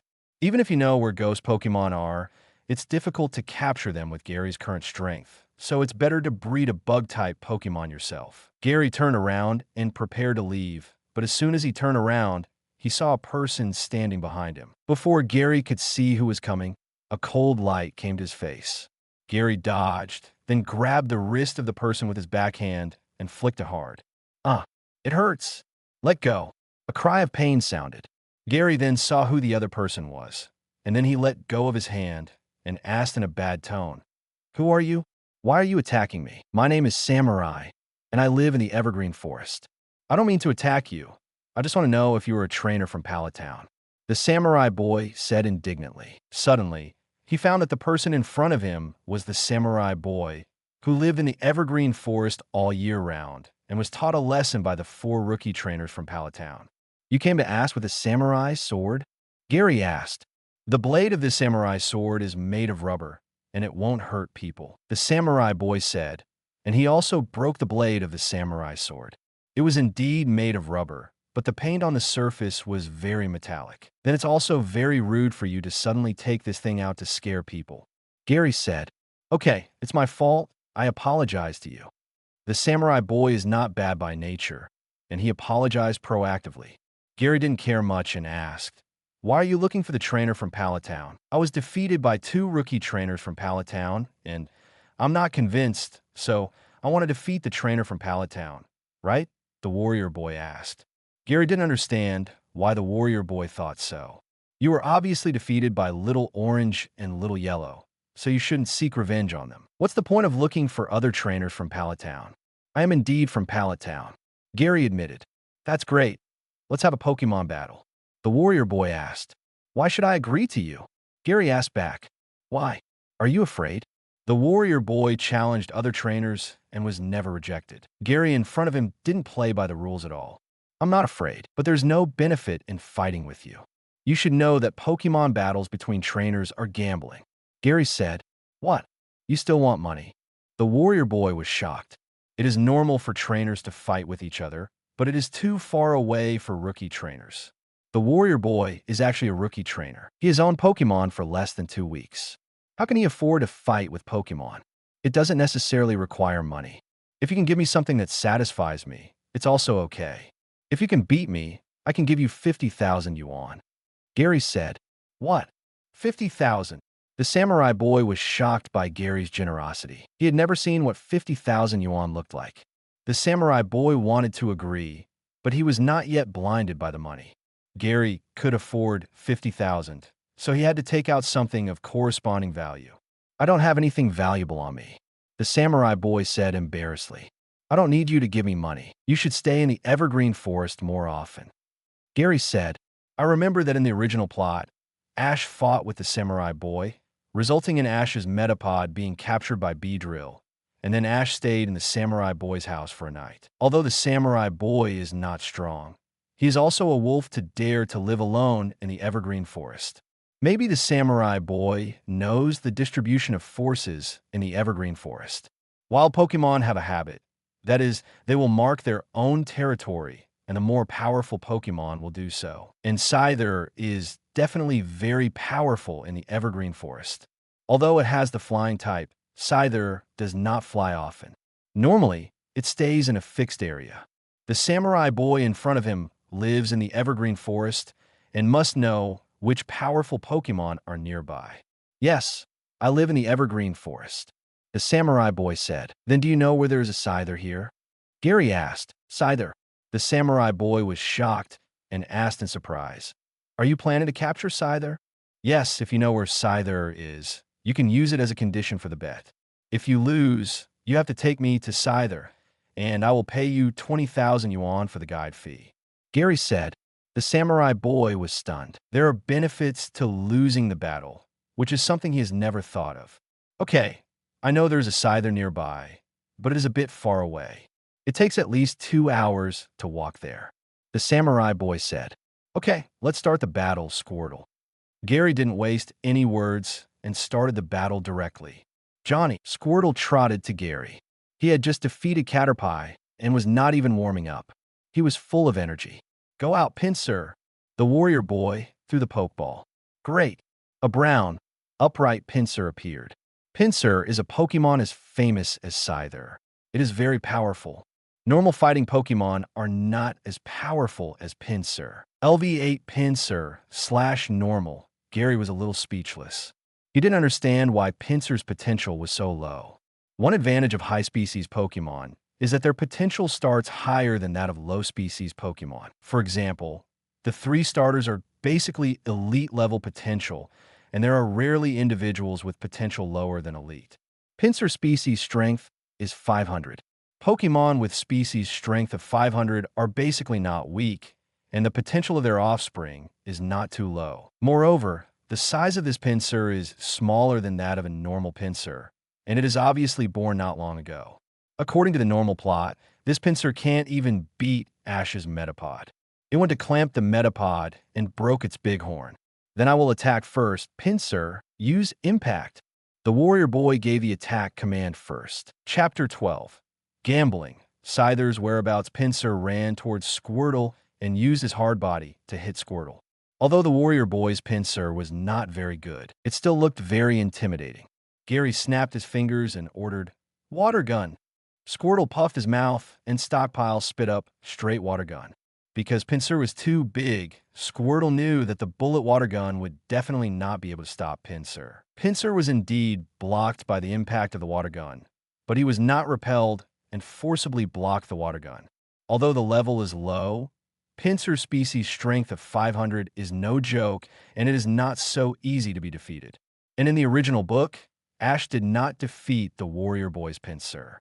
It was just two bad chess players having fun. Pinsir, go! The warrior boy shouted a cheer. After getting the sound source of the warrior boy, Pinsir seemed to have really been improved, and assist superpower forced the water gun back. You can stop now. Use rapid spin to move, and keep a distance from Pinsir. Use water gun if Pinsir gets close. Gary ordered. Squirtle interrupted the water gun skill, retracted its body into its shell, rapid spin itself, and floated in the air with centrifugal force of assist to perform agility. Armor. Pinsir was also a little confused. He didn't expect a turtle to run so fast. Pinsir's own speed was not slow, but every time he was about to catch up, he would be disturbed by water gun. The warrior boy was very troubled. As a rookie, he had never seen such a professional kite-flying tactic, and he didn't know how to crack it. After just a few rounds, Pinsir fell down, and Squirtle also poked his head and limbs out of the shell. After spinning for such a long time, Squirtle didn't feel dizzy. Squirtle is a Pokémon that can spin very well. If it weren't for its size, it would definitely be a great ballet dancer. Pinsir, come back. Go, Metapod. The warrior boy did not use the plural form, took back Pinsir, and then sent out the Metapod. Great! A green Metapod with a crescent-shaped body appeared. LV8 Metapod/normal. Gary lost interest when he saw the Metapod and said, "You lost this duel. There is no need to continue." "Why? My Metapod has not lost yet," the warrior boy said unwillingly. "Idiot," Gary suddenly said in a stern voice. "Do you know that Metapod cannot eat? It needs to rely on the power before evolution to grow. Once it fights, the energy in its body will be lost, which will lead to the failure of evolution. At that time, the Metapod will die completely." "Ah, is there such a thing?" The warrior boy, who was still unconvinced, dared not say more when he heard that it would cause the death of Metapod. Thinking carefully about the trainers with Metapods around him, it seems that many Metapods have failed to evolve, and they all seem to use Metapods to fight. In this way, Gary is the Metapod who saved the warrior boy. "I'm sorry, I was reckless." After thinking it through, the warrior boy bowed to Gary and apologized. "As a trainer, you should at least learn the basic knowledge about your Pokémon. You will cause irreparable losses if you do this." Gary reminded. "I neglected it. I will definitely study Pokémon knowledge in the future," the warrior boy promised. Seeing that the warrior boy realized his mistake, Gary didn't say much. "According to the agreement before the battle, you should fulfill it," Gary said. "I know, but do you want to take a rest and go tomorrow?" "The strength of that Scyther is very strong," the warrior boy said. Although the warrior boy was wearing a warrior costume, he was also an out-and-out insect catcher. Naturally, he knew that Scyther was a very rare bug-type Pokémon. The warrior boy also wanted to catch it, but he couldn't beat it at all. "No, I have other Pokémon," Gary said. "Okay, what about your bike? The road over there is not easy to walk on." "This is easy." Gary took out a simple screwdriver from his backpack, removed a few screws from the mountain bike, folded it up directly, and put it in his backpack. This mountain bike is specially made by Fuma Group. It is made of carbon fiber. It is not only very light, but also very strong. The warrior boy looked amazed. This is the first time he has seen such a cool bike. Gary followed the warrior boy, broke through the dense jungle, and came to a new area. This area was very quiet, and there were basically no Pokémon. "Be careful. We have reached Scyther's territory. This Scyther has a bad temper. Any Pokémon and people who enter his territory will be attacked as long as he finds them." The warrior boy reminded in a low voice. Gary didn't care too much. The area of virgin forest is close to the city. Normal will not have Pokémon of too high level. Only by going MT Silver, the wild Pokémon, there will be more powerful. Before Gary and the warrior boy could find Scyther, a green figure shuttled through the woods and quickly came to the two of them. That's this Scyther. The warrior boy immediately stepped back. He was not the rival of this Scyther. LV-15 Scyther / Gym, not bad, worth catching. Although the potential is only Gym, it is already very good. It has been 3 days since he became a trainer, and Gary has not seen a wild Pokémon with the potential to reach quasi-elite. Executor, leave it to you. Gary quickly threw out the Pokeball and released Executor. Coconut Egg. The 3 heads of Executor all looked at Scyther, and the expressions on each head were different from Mikey's, with an indescribable sense of weirdness. Use Reflect. As soon as Gary finished speaking, Scyther turned into a white light and rushed straight towards Executor. Bang! Scyther appeared in front of Executor, but was blocked by a rainbow reflect. Under Sunny Day, Executor's movement speed was not only increased, but also its own reaction was improved. Now Leech Seed, Gary ordered. Executor's 3 heads sprayed 3 Leech Seeds. Scyther reacted very quickly, swinging the sides in both arms, splitting the 2 seeds in half, and only 1 Leech Seed hit. Leech Seed quickly absorbed Scyther's performance, and growth wrapped around Scyther's lower abdomen with vines. Even if Scyther wanted to use the sickle to remove it, he couldn't get rid of it all. What's more, Gary and Executor would not give Scyther a chance to deal with Leech Seed. Confusion. Chapter 13. Conquering Scyther Coconut Egg. The eyes on Executor's 3 heads radiated blue light. An invisible confusion burst out, binding Scyther. Scyther Tisp. There are no psychic Pokémon in the Evergreen Forest. This is the first time that Scyther has been bound by confusion. He doesn't know what happened, and his body is out of control. Smash it, Gary ordered. An Executor used confusion to control Scyther and smashed it on the ground. Bang, bang, bang. After several consecutive hits, plus the consumption of Leech Seed, Scyther instantly became a spent force. The warrior boy's scalp tingled. He could see that Gary didn't use his full strength in the battle with him. Why are the trainers in Pallet Town more terrifying than each other? The warrior boy was a little traumatized at this moment. Even though he had lost to 2 trainers in Pallet Town before, it was not a terrible defeat. But compared to Gary in front of him, the 2 Pallet Town trainers were not in the same league at all.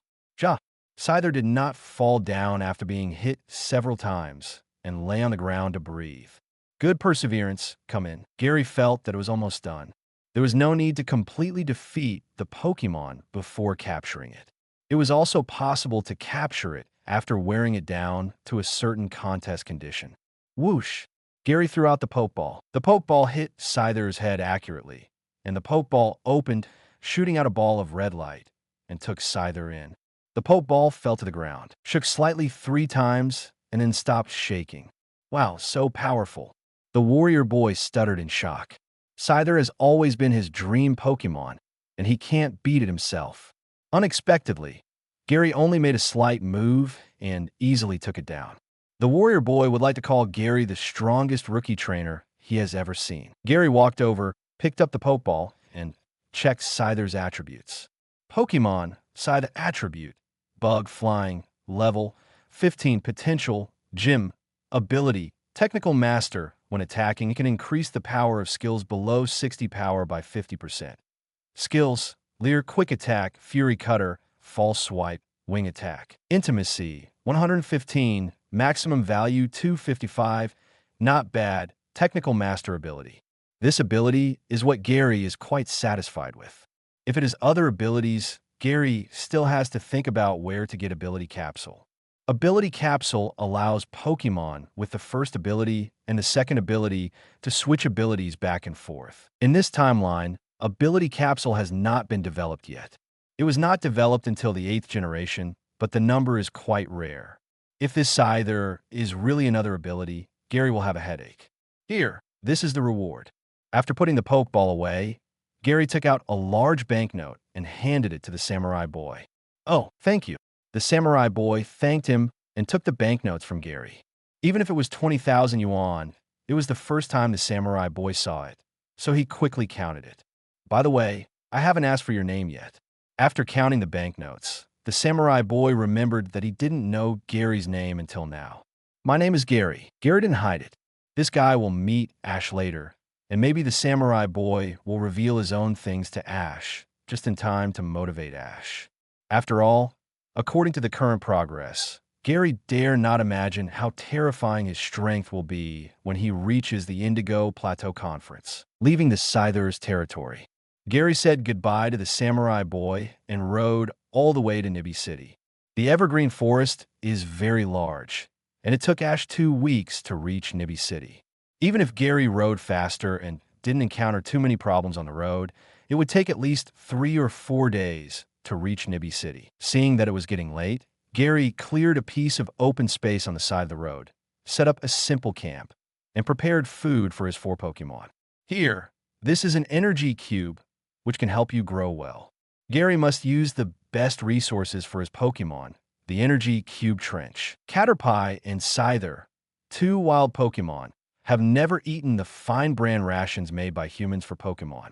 Just 2 portions of special bug-type Pokémon feed, plus energy cubes. Instantly, Caterpie and Scyther agreed with Gary as a trainer. This kind of life with food and accommodation is really great. Pokémons have high IQs and can distinguish between good and bad. As long as the trainer is capable, most wild Pokémon are willing to follow the trainer. "Everyone, have a good rest tonight. We will train you tomorrow." After dinner, Gary reminded the Pokémon. Before, because there were too few Pokémon, it was troublesome to train 1 Pokémon. But now there are 4 Pokémon, and they need to start special training. In addition, they need to challenge the Nibi City gym later. They must raise the levels of the 4 Pokémon. Especially Squirtle, it is necessary to fight the Nibi gym. Of course, Exeggutor can also fight the Nibi gym, but now it is better to raise the level of Squirtle and breed Squirtle into Blastoise as soon as possible. The training plan Gary made for the 4 Pokémon is as follows. Scyther and Squirtle practiced against each other. The main training method was that Squirtle attacked Scyther with Water Gun, and Scyther used Sickle to resist Water Gun, training the reaction speed of the 2 Pokémon. Exeggutor and Caterpie practiced together. The training method was to let Exeggutor bask in the sun more and to hypnotize Caterpie from time to time to improve the control of telepathy. As for why it basked in the sun too much, Exeggutor has far more than 3 heads and can grow to 6 heads at most. With each head, Exeggutor's mental power will be enhanced. Exeggutor with 3 heads is far from the strongest form of Exeggutor. Caterpie does not need to be trained for the time being and only needs to be hypnotized by Exeggutor. Caterpie's evolution cycle is very fast. Gary's Caterpie is already level 8, and it should have evolved into Metapod long ago. The reason why it did not evolve is because of Caterpie's own flash.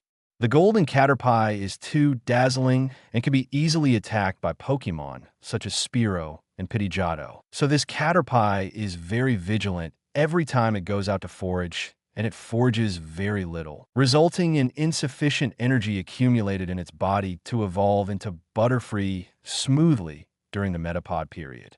Before evolving into Butterfree, Metapod will not eat anything and will survive on the energy stored in Caterpie until it evolves. If it does not eat enough energy during the Caterpie period, it will rashly evolve into Metapod, which will eventually lead to failure of metamorphosis and death. Chapter 14, Metapod Jenny. Coconut Egg. Yep. Faced with Gary's arrangement of training for them, they naturally accepted it unhappily. Caterpie, why don't you agree? Gary didn't hear Caterpie's growl just now, so he looked at Caterpie. Caterpie didn't pay any attention to Gary, and suddenly turned its head to soaring in the sky, spewing out strands of silk, which fell like a fountain normal, surrounding Caterpie's body, and, at the same time, the light of evolution shone. Caterpie's body changed into a crescent shape, and when the white light dissipated, an orange Metapod different from the ordinary Metapod appeared. Gary also took the Pokémon Pokédex and recorded the evolution process of Caterpie. The Pokémon Pokédex created by Professor Oak not only introduces the information of Pokémon, but also has the function of taking pictures. The evolution process of shiny Pokémon is still worth recording, so that when you are old, you can watch it as a memoir. After evolving, Metapod shook its body and thanked Gary. Just as Gary guessed, the reason why Caterpie didn't evolve was that it didn't have enough energy in its body. After eating the special bug-type feed prepared by Gary and adding high-end energy blocks, it accumulated enough energy in its body and evolved directly into Metapod. Since you have evolved, come in. Gary originally planned to use Caterpie to train Executor's hypnosis. Since Metapod has evolved, he can only give up the training. Now, he just needs to take good care of Metapod and wait for Metapod to metamorphose into a butterfly. Although bug-type Pokemon's mental power is not very good, the insect element energy is very special and has high resistance to mental energy. Therefore, bug-type Pokemon is not easily hypnotized, which is very suitable for training Executor's hypnosis to improve the control of mental energy. Executor, it seems that your training partner is gone, so you will join Squirtle's group, and you will be responsible for using confusion to accelerate the water gun shot by Squirtle. Gary said, Scyther patted his head with his scythe, feeling something was wrong. Is this for extra training? Just train. Who's afraid of who? Scyther has never lost since birth, but he didn't expect to lose so badly today. Scyther immediately stared at Executor and decided to train well to get back on track as soon as possible. Executor just found out that Scyther was looking at him and sensed Scyther's emotions towards him, but he didn't care too much. After all, today's battle went too smoothly, and this Scyther didn't seem to be that powerful. A day's plan begins in the morning.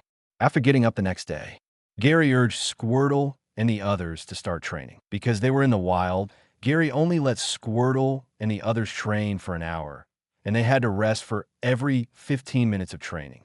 Executor only trained for a while and then stopped. After all, they were in the wild, and they had to have at least one Pokemon on them in good contest condition to avoid unexpected accidents. After the training, prepare food for the Pokemon. After the meal, with the help of the Pokemon, pack up your luggage and set off again. Along the way, Gary met several trainers. These trainers are basically rookies. They have not had Pokemon for a long time.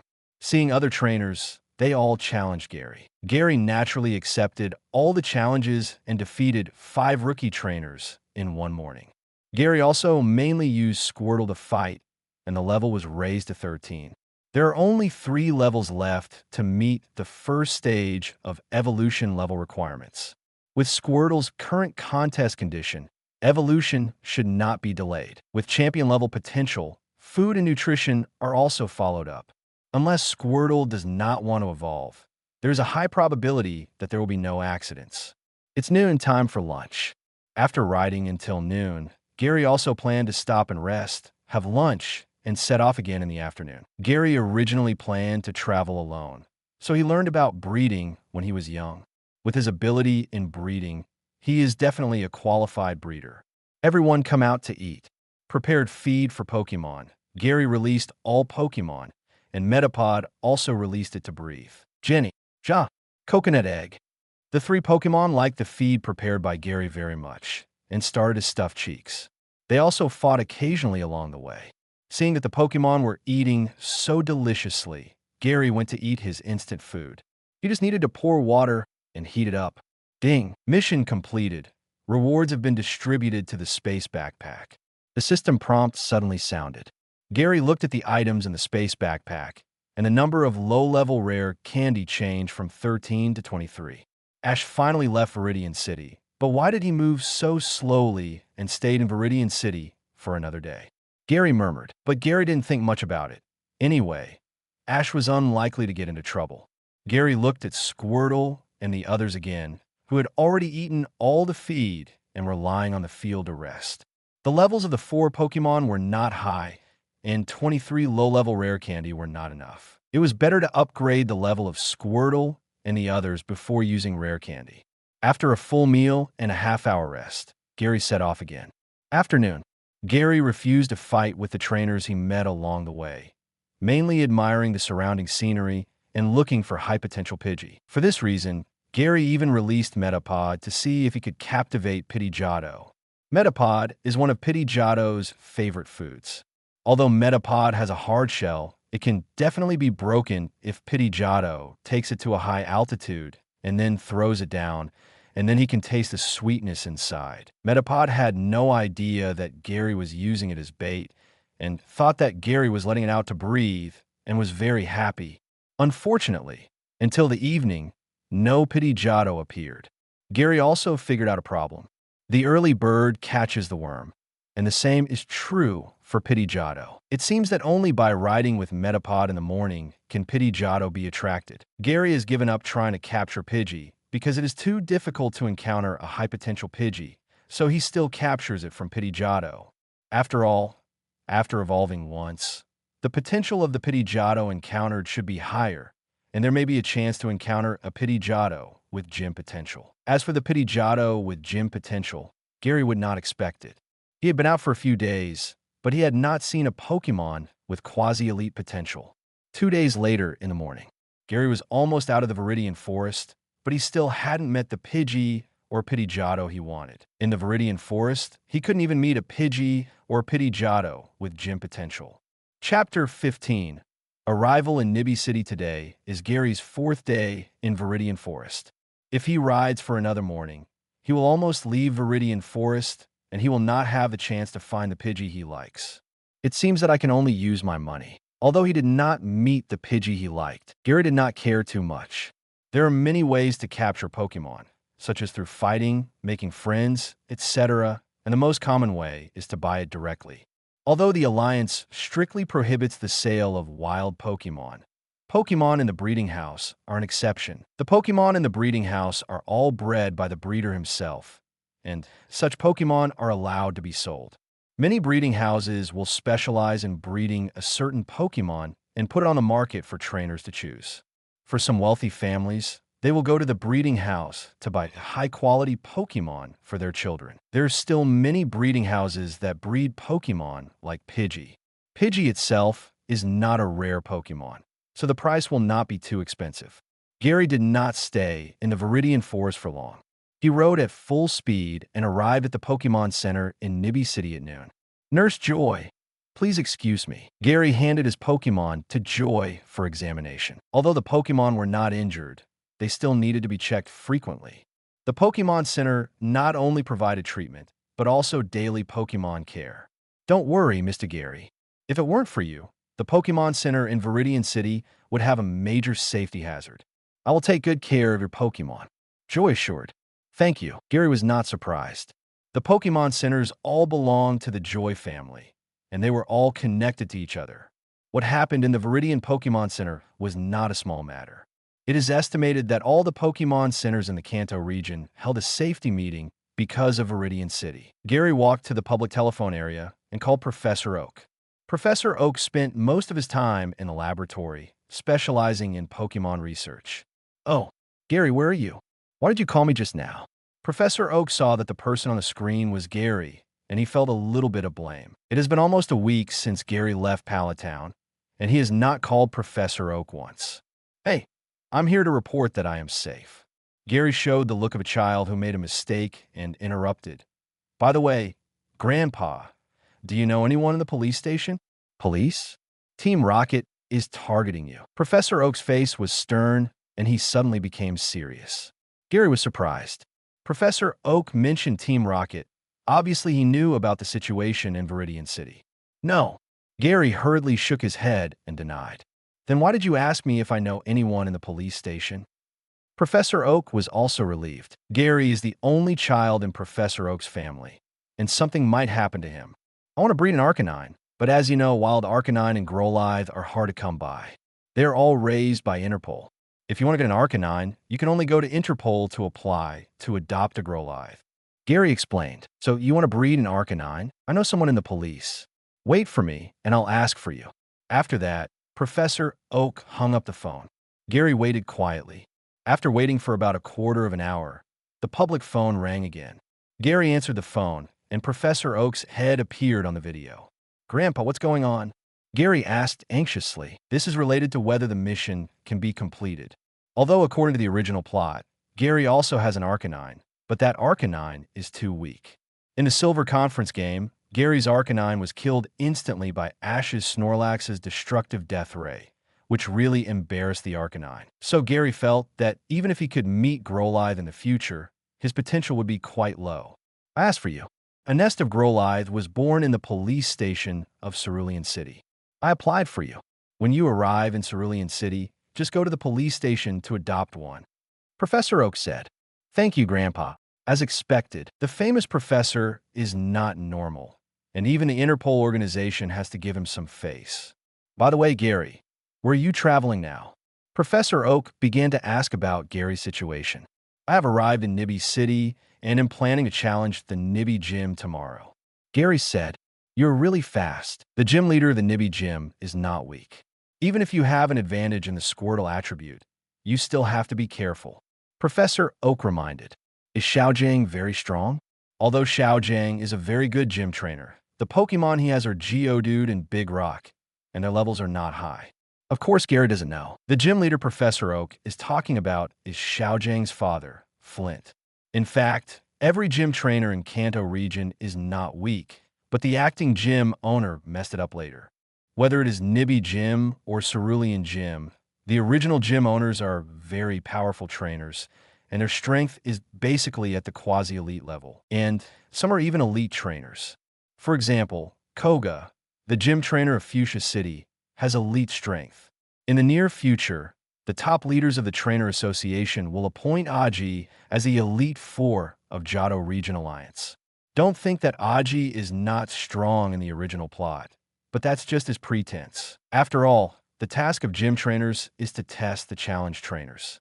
If they all fight with their strongest strength, few people can collect 8 badges to participate in the Indigo Plateau Conference. And even if it is called the weakest Cerulean Gym, it is not weak. Misty's father is a very strong trainer who is proficient in water Pokemon. He left several powerful water Pokemon for his 4 daughters.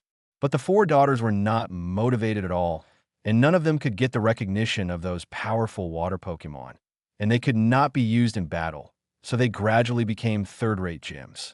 And it is not good for the gym to be too strong, because if the gym is too strong, no one will challenge it. This can be referred to Blaine of Cinnabar Gym. He used all his strength in every gym battle, resulting in no trainer to challenge Cinnabar Gym. Over time, Cinnabar Gym even became a legend, and even people on Cinnabar Island thought that Cinnabar Gym was closed. It can be said that gyms are quite difficult to manage. The gym owner not only needs to have strength, but also needs to operate the gym. The gym cannot be built too strong or too weak. "Grandpa, I will be careful." Knowing that Professor Oak was worried about himself, Gary also followed Professor Oak's words. "By the way, Gary, how many Pokemon have you captured now?" Professor Oak asked. Chapter 16. Butterfree Professor Oak has read countless Pokemon, but because this year is the day when the rookie trainers of Pallet Town go out, he really hopes to receive Pokemon sent by the rookie trainers. "So far, I have captured 3 Pokemon." Gary said, only 3 Pokemon? Too few." Professor Oak said in surprise. This year, 4 rookie trainers set out from Pallet Town. Xiao and Xiao Wang have captured more than 6 Pokemon. So why did his grandson only capture 3 Pokemon? "Grandpa, I plan to take the elite route. I don't like weak Pokemon." Gary said, "Is that so? Then what are the 3 Pokemon you captured?" Professor Oak was very curious about what kind of Pokemon Gary would capture. "I captured Metapod, Exeggutor, and Scyther."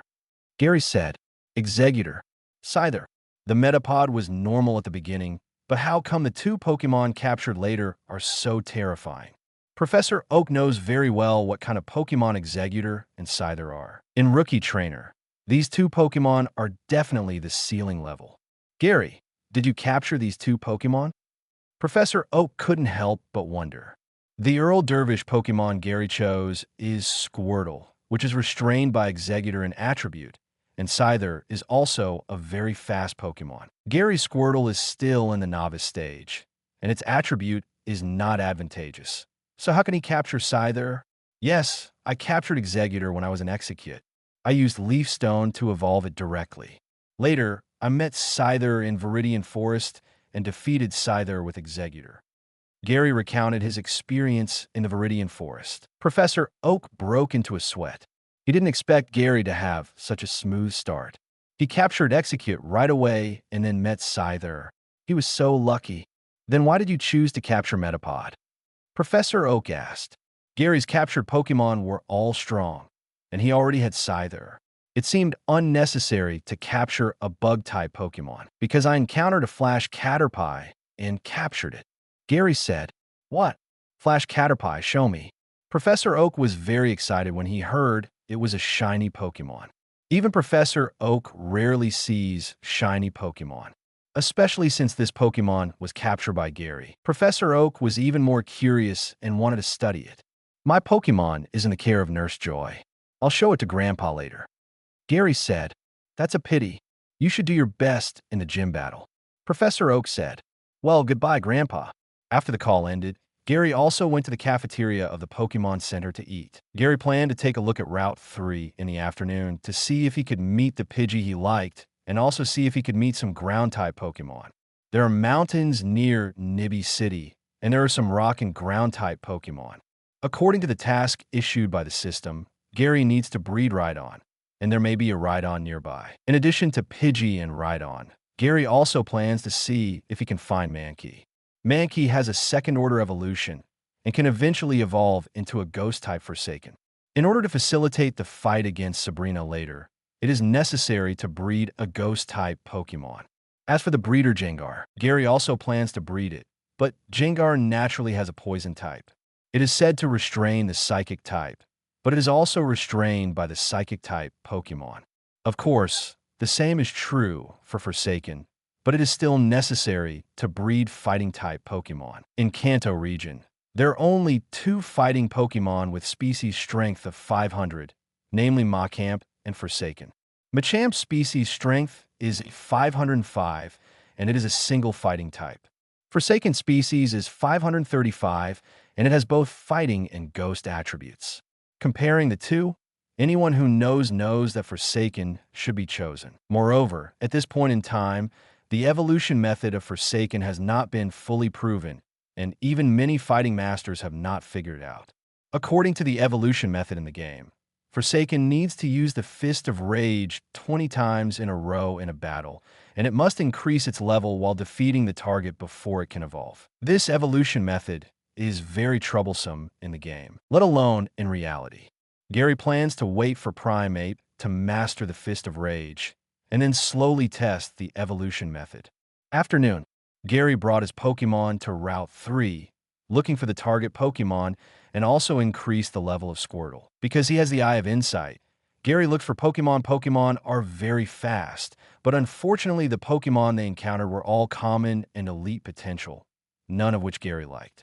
He also encountered some wild Pokémon with bad tempers on the way, but Gary saw them all. The Pokémon around here are not very powerful, so I'd better give up on capturing Pokémon in the early stage. Gary found that there were few Pokémon with strong potential in the areas where humans were involved, and it was difficult to encounter Pokémon with gym potential. As for the areas with few people, Gary knew that his strength was not enough, so he should improve his strength first and then capture the target Pokémon. After thinking it through, Gary planned to go back. Metapod, you've worked hard. Gary touched the Metapod he was holding and planned to put it back into the Pokeball. For the whole afternoon, Gary put the Metapod outside, hoping to attract Pidgeotto to appear, but he didn't encounter even a Pidgey, but he encountered quite a few Spearows. Buzz, however, just as Gary was about to take back the Metapod's body suddenly shook. Gary instantly understood what was going on, put the Metapod on the ground, and looked at the Metapod silently. Jenny, Ja, Squirtle, and Scyther also came over to watch. A few seconds later, the Metapod's body shone with the incandescent evolution light. In the light, the Metapod's form did not change at all, but a pair of butterfly wings appeared on the Metapod's back. As the wings spread, the Butterfree's body also separated from the Metapod. The evolution light dissipated, and a Flash Butterfree appeared. Flash Butterfree's hands and feet were light pink, including the black and white pattern butterfly wings. The white part also had a little pink, and the eyes were turquoise. To be honest, after Flash Caterpie evolved into Butterfree, its appearance was really not as good as the standard Butterfree color. I really don't know how the pink Butterfree was bred in the plot. It seems that the colors of shiny Pokémon are not necessarily the Flash types recorded on the Pokédex. Meow. The evolved Butterfree immediately flew to Gary's side. It was able to evolve so smoothly thanks to Gary's help, and was very grateful to Gary. Chapter 17, Gym Battle vs. Brock. LV-15 Butterfree/Gym. After evolving into Butterfree, the level is also raised to level 15, which is still a big increase. Maybe this is the characteristic of Pokémon like Butterfree. Whether it is Metapod or Kakuna, after evolving, the level will be slightly increased, ranging from 1 to 10 levels. As for the specific increase, it should be determined according to the potential of the Pokémon itself. Gary also used the Eye of Insight to check Butterfree's attributes. Pokémon, Butterfree, Flash, Attribute, Bug, Flying Level, 15 Potential, Gym Ability, Compound Eyes. Because of Compound Eyes, the hit rate of moves will be improved. Skills, String Shot, Bug Bite, Gust, Supersonic, Confusion, Poison Powder, Stun Spore, Sleep Wind. Intimacy, 255, Maximum Value 255, not bad, so many skills have been awakened. Basically, all the skills that can be awakened at this stage of Butterfree have been awakened. Gary said with surprise, Pokémon will awaken racial skills after reaching a certain growth level, but not all Pokémon have the opportunity to awaken. Even Pokémon with champion potential may not be able to awaken all racial skills. Pokémon with high potential can only awaken the more critical skills among its own racial skills, but not all racial skills. You can refer to Ash's Pikachu for this. Whether a Pokémon can awaken all racial skills depends not on its potential, but on its own comprehension. The higher the comprehension, the more racial skills it can awaken. Gary remembered that Ash's Caterpie awakened the 3 skills of Gust, Sleep Powder, and Stun Spore after it evolved. Gary's Butterfree has awakened 6 skills, 3 times the number of Ash's Butterfree. It can be seen that this Butterfree has a high level of understanding. I didn't expect you to have such a high level of understanding. Gary touched Butterfree's furry head and didn't know how to treat Butterfree for a while. According to Gary's original idea, Butterfree was only temporarily bred and would definitely be replaced in the later stage. But this Butterfree's understanding was so high that it would be a pity to give up. Gary thought about it and felt that it was better to breed it temporarily. Anyway, the number of Pokémon to be captured in the future would not be too many, so it would be okay to breed it for a while. It depends on how much Butterfree can grow. Come in, we're going back. Except for Squirtle, Gary took all the other Pokémon back to the Pokeball. Putting a Pokémon outside naturally hopes that there will be a Pokémon to accompany you on the road, so that you won't be bored, and it can also serve as a bodyguard. Rest at the Pokémon Center for one night. The next day, Gary rode his mountain bike to the entrance of the Nibby Gym. It's so shabby. Gary looked at the Nibby Gym, which was made of stone cut in half, and felt it was shabby. The gyms of this period were all shabby, and it was not until 2 years later that the Alliance allocated funds to help local cities rebuild the gyms. However, the Nibby Gym has existed for a long time and is older than Gary's grandfather. It is said that it was founded by Xiao grandfather. Ding! Issued task. Obtain Nibby Gym badge/reward. Low-level rare candy X10. Stone Edge permanent skill learning device. Top hard stone. Rock type skill power increased by 50%. X1. Here comes the task. Stone Edge permanent skill learning device. Gary said unexpectedly. Skill learners are only available in the game. You can use them on Pokémon to master the corresponding skills. However, the skill learners in the game are used up 1 less. Skill learners are great things. In reality, apart from Pokémon awakening their own racial skills, if you want to learn new skills, you can only find a skill master and spend money to learn, and there is no guarantee that they will teach you. This can be seen from Ash's travels. Ash has found a master to teach his Pokémon skills. It takes at least 3 to 7 days to learn a skill. If you want to train it into a habitual skill, you have to spend a lot of time practicing. It can be said that teaching skills is a time-consuming and laborious task. Even for all the current Region Alliance champions and Elite Four, the number of skills taught in the skill pool of their main Pokémon is only in the single digit, which shows how difficult it is to teach skills. Heartstone is an attribute enhancement item. The original effect should be to enhance the power of rock skills by 20%. This top-grade Heartstone increases it by 50%, which is terrifying. Gary quickly parked his mountain bike and came to the door of the gym. There was no bell at the door, so Gary pushed open the door directly. The gym was very dark.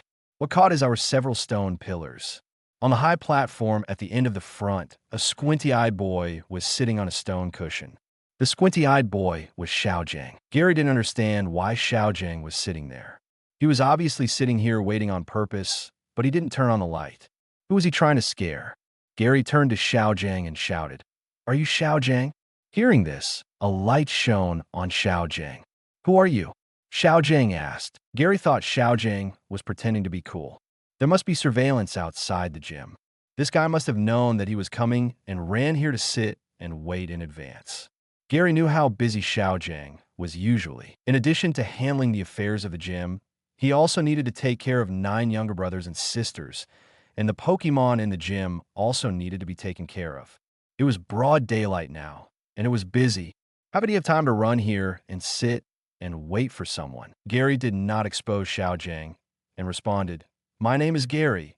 I'm from Pallet Town, and I'm here to challenge a gym." "Is this your first time challenging a gym?" Xiao asked. "Yes. Gym competitions are different from the house-playing battles on the roadside. They are official competitions of the Pokémon Alliance and have rules," Xiao reminded. As a gym trainer in Nibby City, Xiao will accept challenges from most of the nearby rookie trainers. Many rookie trainers are fearless and come to challenge gyms, but they are all brutally beaten in the end. "Gym Master Xiao, I know the rules of gym battles. I'm different from those rookies," Gary said. Xiao was stunned for a moment, and he could see that Gary was very confident. He knew that it was useless to say more, so he stopped persuading him and said, "You can only use 2 Pokémon, understand?" "Yeah." Gary nodded. Xiao snapped his fingers, and the lights on the gym ceiling lit up. At the same time, 2 rock fields appeared on both sides of the venue, spliced together to form a battlefield. Xiao jumped down from the high platform and took out the Pokeball. "Since you understand the rules of the gym battle, the game begins." Xiao threw the Pokeball in his hand with force. "Great!" A round stone with a face appeared on the field, with an arm on each side. Chapter 18. Wartortle LV 15 Geodude / Elite. Gary saw Geodude's level and knew how strong Xiao was at the moment. "Squirtle, I leave it to you." Gary threw the Pokeball and released Squirtle. "Johnny." Squirtle looked at Geodude with confidence.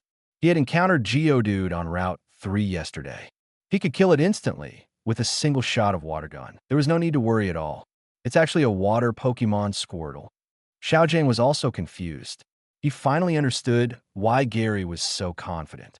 It turned out that he had a water Pokémon. Geodude has rock and ground attributes and is 4 times weak to water skills. When facing a water Pokémon of the same level, it will basically be killed instantly after being hit by a water skill. "I'll attack first." Squirtle uses Water Gun. Gary immediately launched an attack. "Johnny." Squirtle fired a burst of Water Gun without saying a word. Seeing the burst form of Water Gun, Xiao was also confused. This was completely dead, and he quickly ordered, "Use Rollout to dodge." Geodude immediately rolled out, and his speed was not slow, just enough to avoid the pursuit of Water Gun. But unfortunately, Geodude didn't run for long and hit a rock and stopped. The subsequent Water Gun chased and hit it directly. Hi! Geodude's special defense was not good, and he was hit by the Water Gun and fell directly. Sure enough, he's not an ordinary rookie.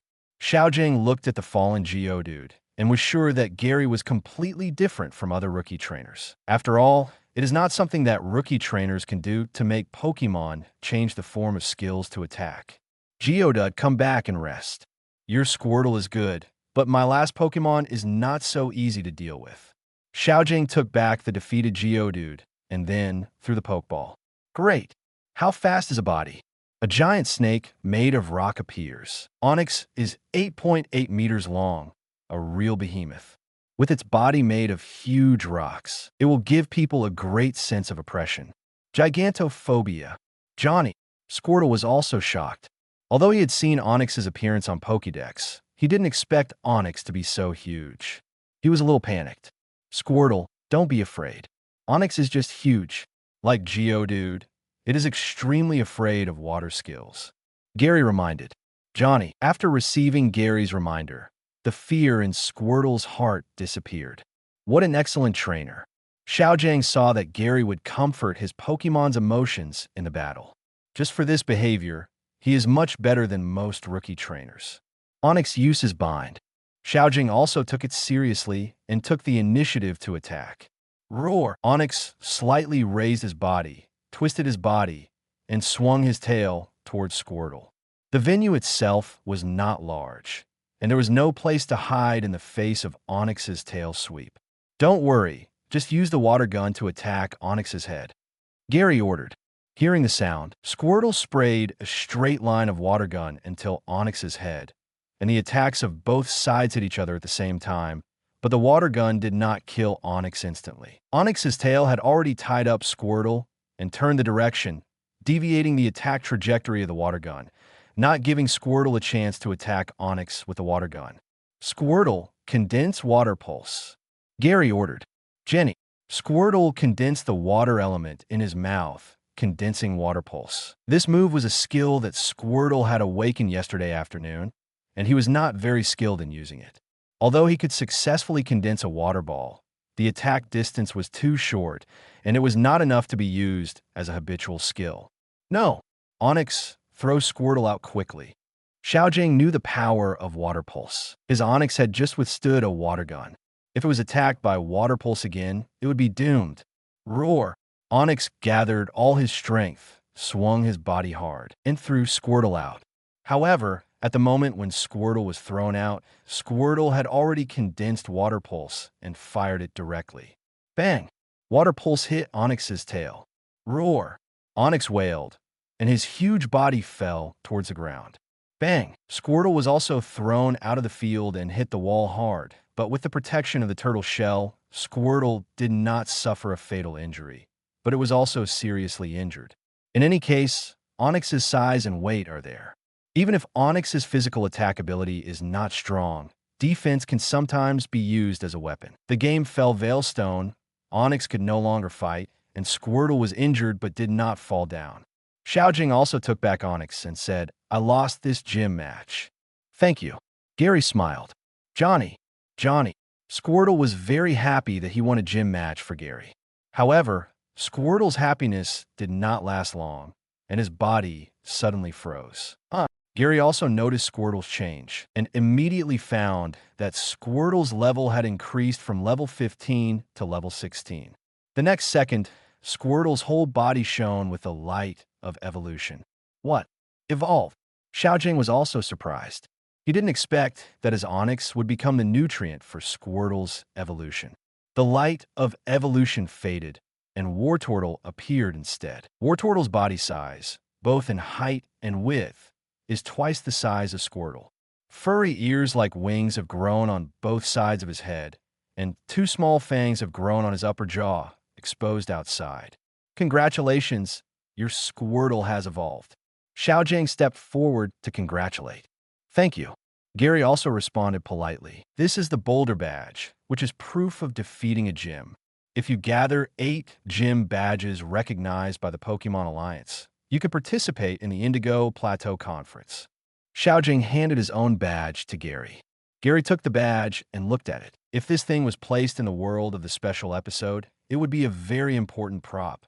It can make high-level Pokémon obey the trainer's command, and can also be used to control legendary Pokémon. However, in the animation world, the badge is simply a proof of defeating the gym, used to participate in the Alliance Conference. Ding! Mission completed. The reward has been distributed to the space backpack. Thank you for your advice. Goodbye. Gary thanked him and left the gym.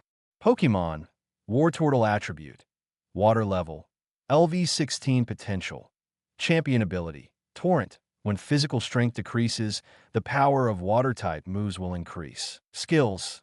Tackle, Tail Whip, Water Gun, Shell Shrinking, Rapid Spin, Water Pulse, Protect. Intimacy. 212. Maximum value 255. After leaving the gym, Gary also looked at Wartortle's attributes. Pokemon evolution can also awaken racial skills. Wartortle awakened the Protect skill. The Protect skill is quite useful and can resist any attack. Although it will not resist if used too much, it is no problem to use it twice in a battle. Chapter 19. Golbat. After getting the badge, Gary went to the Pokemon Center and handed Wartortle to Nurse Joy for treatment.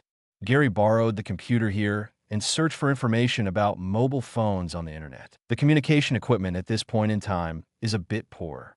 Simply put, there is communication in everything, but the key is that the communication equipment has not been improved and traditional phones are still used. After all, even video calls are not available. Communication equipment that can be reduced to the size of a mobile phone can definitely be manufactured, but the key is that no company has yet to make the transformation. But according to the timeline, in fact, a company has developed a mobile phone, but it is only in the promotion stage and has not yet been popularized. Found it what? Only available in Johto region. Gary quickly searched for information about mobile phones on the internet. There is a communication company in Johto region that has developed a mobile phone, but it is currently only sold in Johto region. If you want to buy it, you must go to Johto region to buy it. You can order it online, but it takes more than a week to send it from Johto region to Kanto region. Then stay in Cerulean City for a week. Ash decided to stay in Cerulean City for a week, waiting for the other party to deliver the phone. Gary immediately ordered a phone online and filled in the address of the Pokemon Center in Cerulean City. The online shopping was over. Gary bought some energy cubes at the Pokemon store in Nibi City. In the afternoon, he trained in the nearby public field. The training is divided into performance training and skill training. Performance training is running 50 laps around the public field with weights. Skill training is mainly to improve the proficiency of skills. Wartortle practiced Water Pulse, and he wanted to train Water Pulse as proficiently as Water Gun as soon as possible. Scyther trained his slashing, and the Scythe was its strongest skill. As for Wing Attack, there was no need to train at all. Gary intends to breed Scyther into Scyther. Although Scyther is very fast, it cannot fly due to its weight. It is destined to have no chance of flying in the future, so there is no need to practice flying skills. Exeggutor and Butterfree are both practicing confusion skills. Both sides bind and break free from each other through confusion, which can improve the proficiency of manipulating the ability of mind and improve their own mental strength. Of course, if they encounter a challenge from an ignorant trainer, Gary will gladly accept it and let them experience the taste of defeat. After all, a mature trainer will not take the initiative to challenge other trainers. There are only two types of trainers who will take the initiative to challenge. One is the ignorant rookie, and the other is the trainer who wants to fight with a strong trainer. This type of person will only challenge when they're sure that a trainer is very strong. There are no strong trainers in Nibi City. There are basically some rookies, all of whom were easily defeated by Gary. The next day, Gary rode his mountain bike out of Nibi City, preparing to cross MT Moon and head to Cerulean City. MT Moon is difficult to cross, and normal travelers pass through the tunnel. Unfortunately, the fossil revival technology is not yet mature. Otherwise, it would be nice to dig one. Gary looked at the cave in front of him. There are many fossils near MT Moon, and many of the fossils in the Nibi City Fossil Museum were dug from MT Moon. It's a pity that the fossil revival technology is not yet mature. Otherwise, the Nibi Gym would be rich. Xiao and his father are both fossil collectors, and there are many good things stored in the gym. Butterfree, can this cave be walked? Gary asked Butterfree, who was lying on the front of the car. Because there are fossils on MT Moon, many fossil enthusiasts have dug out caves, and many caves cannot be walked out. Butterfree knows Supersonic, and can use Supersonic to determine whether there is an exit in the cave. Meow. Butterfree nodded, flapped, dual wing beat, flew to the front of the cave and released Supersonic to explore the situation inside the cave. However, after a while, Butterfree suddenly rushed back, and a black figure emerged from the cave. Golbat! Gary saw the other person's figure clearly and was a little surprised. Because trainers often appear in MT Moon, high-level wild Pokémon are basically captured. The Pokémon left are usually of low level and have low potential, so Golbat is basically not encountered. LV22 Golbat / Gym, and the Golbat in front of him actually has gym potential, which is quite rare. Squeak! Golbat is afraid of light, but it seems very hungry and does not want to let Butterfree go, so it confronts Butterfree. It's time to capture it. Butterfree, use confusion. Gary decided to capture this Golbat. Pokemon with gym potential are hard to come by. Since it's here, how can he refuse it? Meow. Butterfree's compound eyes flashed blue light, and a wave of confusion bound Golbat. Golbat was surprised and immediately released a harsh supersonic, which directly interfered with Butterfree's confusion. Gary covered his ears and shouted, "Use supersonic to fight supersonic."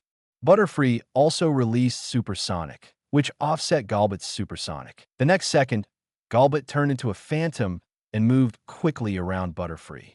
Golbat is a very agile Pokemon, and this Golbat is in agility, and the 4 fangs on its mouth are already wrapped with venom, ready to attack at any time.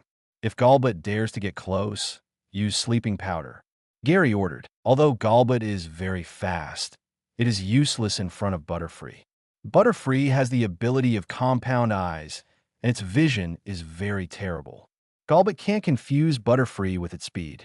Golbat seems to be not afraid at all, and sneaks up from behind Butterfree. However, the next second, Butterfree shakes its wings, and clusters of green powder fall from its wings. Golbat inhaled the sleeping powder and lost his strength immediately. He didn't last for many seconds before falling to the ground and falling asleep directly. He is really stubborn. Gary didn't expect that this Golbat was so easy to deal with. He had issued an order, but still rushed. Butterfree, blow away the sleeping powder around. Gary said. Butterfree flapped its wings, and the wind gently blew away the sleeping powder in the air. Seeing that the sleeping powder was blown away, Gary walked over, looked at the Golbat on the ground, and touched it carefully. He found that this Golbat was thin, obviously not full. Why is this happening? Gary held his chin, not understanding why this Golbat was starving. There are no powerful Pokemon around MT Moon, so this Golbat can dominate the area without any problems, so it shouldn't be starving. Chapter 20. Hungry Golbat. Could it be that this Golbat has a trainer? Thinking of this, Gary took out the Pokeball, pointed the button side at the sleeping Golbat, and gently pressed the Pokeball on Golbat. The Pokeball opened, and a ball of red light enveloped Golbat and captured it. Because he was asleep, the Pokeball did not shake at all, and it was captured directly. If you can capture it, why is it hungry? Gary asked in confusion. Meow. Butterfree didn't know what happened, and ran over to celebrate Gary's capture of a new Pokemon. Gary didn't know what was going on with Golbat, but Golbat was now Gary's Pokemon, and he certainly couldn't let it continue to be hungry. Gary released Golbat and took out a few energy cubes and threw them into Golbat's mouth. As if sensing food coming in, Golbat's mouth twitched unconsciously even though he was asleep. After tasting the energy cube, Golbat woke up instantly and then looked around with a confused look. You must be hungry. Eat more. Gary was not worried that Golbat would riot at all and handed a few more energy cubes to Golbat. Golbat was stunned for a moment, but it could smell the energy cubes and knew that they were food. Because its mouth was too big to chew, it swallowed them directly into its stomach. After eating a few energy cubes, Golbat gradually calmed down, and his bloodthirsty eyes were as clear as a college student. Seeing that Golbat had calmed down, Gary asked, Golbat, why did you attack us just now? Golbat showed a guilty expression, which showed that it did not intend to attack Butterfree. Executor, come out and help translate. Gary wanted to understand what happened to Golbat, so he had to release Executor. Executor is a psychic Pokemon, born with telepathic ability, which can convey thoughts to the trainer it agrees with. Gary is the trainer that Executor agrees with, and the bond between the two can completely do this. Maybe Gary doesn't know telepathy, but Executor knows it. Galbit, tell me what's wrong with you. Gary said. Galbit nodded slightly and told his story. Although Executor's telepathy is not very proficient, the specific meaning is still clear. This Galbit was Zubat a week ago and suddenly evolved into Galbit. After the evolution, he couldn't eat the tree fruits he loved to eat, and he would spit them out every time he put them in his mouth. Even if Galbit tried other foods, it was the same as if he had anorexia normal, but Galbit still felt hungry, and sometimes Galbit couldn't help but want to bite Zubat. Galbit didn't want to hurt his own kind, so he ran to the fanning belt here alone, but the feeling of hunger and bloodthirstiness kept tormenting him. So when he saw Butterfree at the entrance of the cave, he lost his mind and attacked. Galbit said, and then put on an expression of despair, and he also knew what he would become in the future. Don't worry, this is normal, Gary said. Duh. Me? Coconut egg? Not only Galbit was stupid, Butterfree and Executor were also stupid. Can it be called normal to suddenly become bloodthirsty? You can eat tree fruits when you're a Zubat, but when you evolve into Galbit, you need to suck blood. You need to absorb 300 milliliters of blood every day to fill your stomach. Gary explained. Galbit was confused, but felt that what Gary said made sense. It was not after evolution that he suddenly became like this. Galbit was in despair. If it was like this, it would not be able to return to its companions in the future. You will follow me in the future. I can arrange your food, and I will take good care of you. Gary comforted. Although Galbit was nostalgic for his own tribe, he also understood that he could not go back to this contest condition and could only follow the human in front of him. My name is Gary, and I will be your trainer in the future, Gary said. Galbit nodded. He understood what trainer meant. Usually, there were many trainers who came here to subdue Zubat. Then come in. Gary took Galbit back to the Pokeball and took a look at Galbit's attribute. Gary subdued this Galbit, but he had his own ideas because he needed to use a certain skill of Galbit. Pokémon, Galbit attribute, poison, flying level, 22 potential, gym ability, penetration, can penetrate rival's barrier or substitute to attack. Skills, absorb, supersonic, mean look, poison form.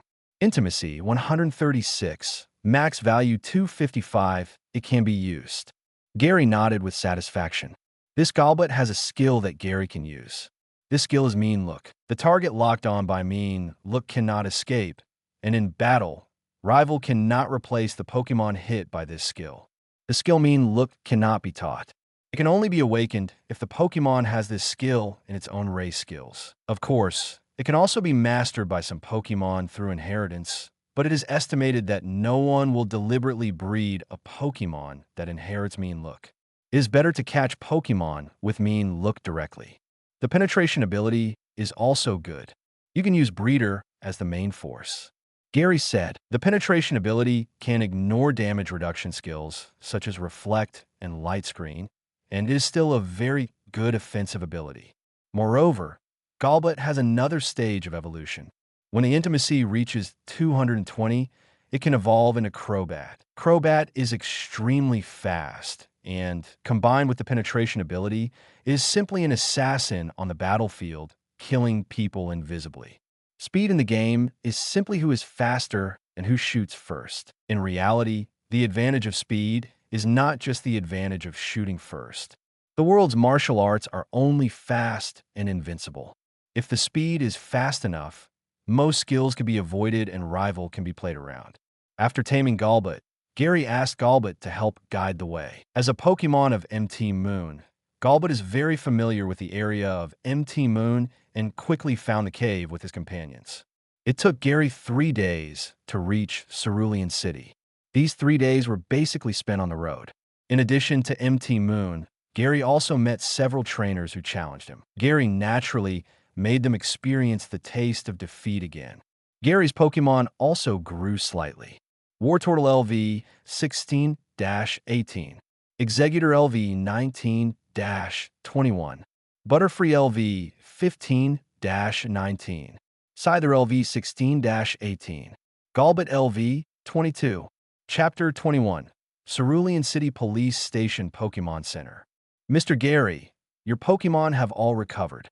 Nurse Joy handed the tray to Gary. There were 6 grooves on the tray, 5 of which were filled with Pokeballs, and only 1 was empty. But I believe that this groove will be filled soon. Thank you. Gary took his Pokémon back and went to the police station. In the lobby of the police station. Excuse me, what can I do for you? A policeman in the lobby saw Gary, a teenager, coming in and took the initiative to ask, "Hello, my name is Gary, and I came to the Cerulean City Police Station to adopt Growlithe." Gary introduced. "Do you have anything to prove your identity?" The policeman in charge of reception knew that someone named Gary would come to adopt Growlithe, but he was not sure of the identity of the person in front of him. "This should be able to prove my identity." Gary took out the Pokémon Pokédex and handed it to the policeman. The policeman knew Pokémon Pokédex, took it, opened it, and pressed the button on it. Professor Oak's voice came from the Pokémon Pokédex. "This Pokédex is from Pallet Town Trainer Gary." While the announcement was being made, a photo of Gary appeared on the screen of the Pokémon Pokédex to prove his identity. "No problem. Please follow me." After confirming Gary's identity, the police no longer had any doubts and took Gary to the breeding house in the police's backyard. Every police station in a big city has a breeding house that specializes in raising canine Pokémon. The police station in Kanto naturally raises Growlithe and Arcanine. There is a female Arcanine in the police station in Cerulean City, so Growlithe was born. "Colby, the trainer who came to pick up Growlithe, is here. You bring all the Growlithe out." When they arrived at the breeding house, the police called out the colleague who was responsible for raising Growlithe. Colby is also a police officer who is responsible for taking care of the Pokémon in the police station. Normally, he does not go on missions. Colby looked at Gary. His face was calm. He was usually responsible for taking care of the Pokémon in the police station, and he had a lot of feelings for the Pokémon here. He also knew that the trainers who could come to the police station to adopt Growlithe were not normal. So he was worried that some second-generation rich people would rely on their family connections to get Growlithe. "You're Gary, right?" Colby asked. Yes. Gary could see that Colby in front of him was not in a good mood for him, and he didn't know why he was like this. It seemed that he had never dealt with people in the police station. "Although you're qualified to adopt Growlithe, as a breeder of Growlithe, I need to see how strong you are," Colby said. Gary was stunned. This Colby wanted to have a Pokemon battle with him. "Colby, what are you doing?" The police colleague next to him was also confused and stopped him immediately. The policeman saw the Pokemon Pokédex and knew that Gary had a close relationship with Professor Oak.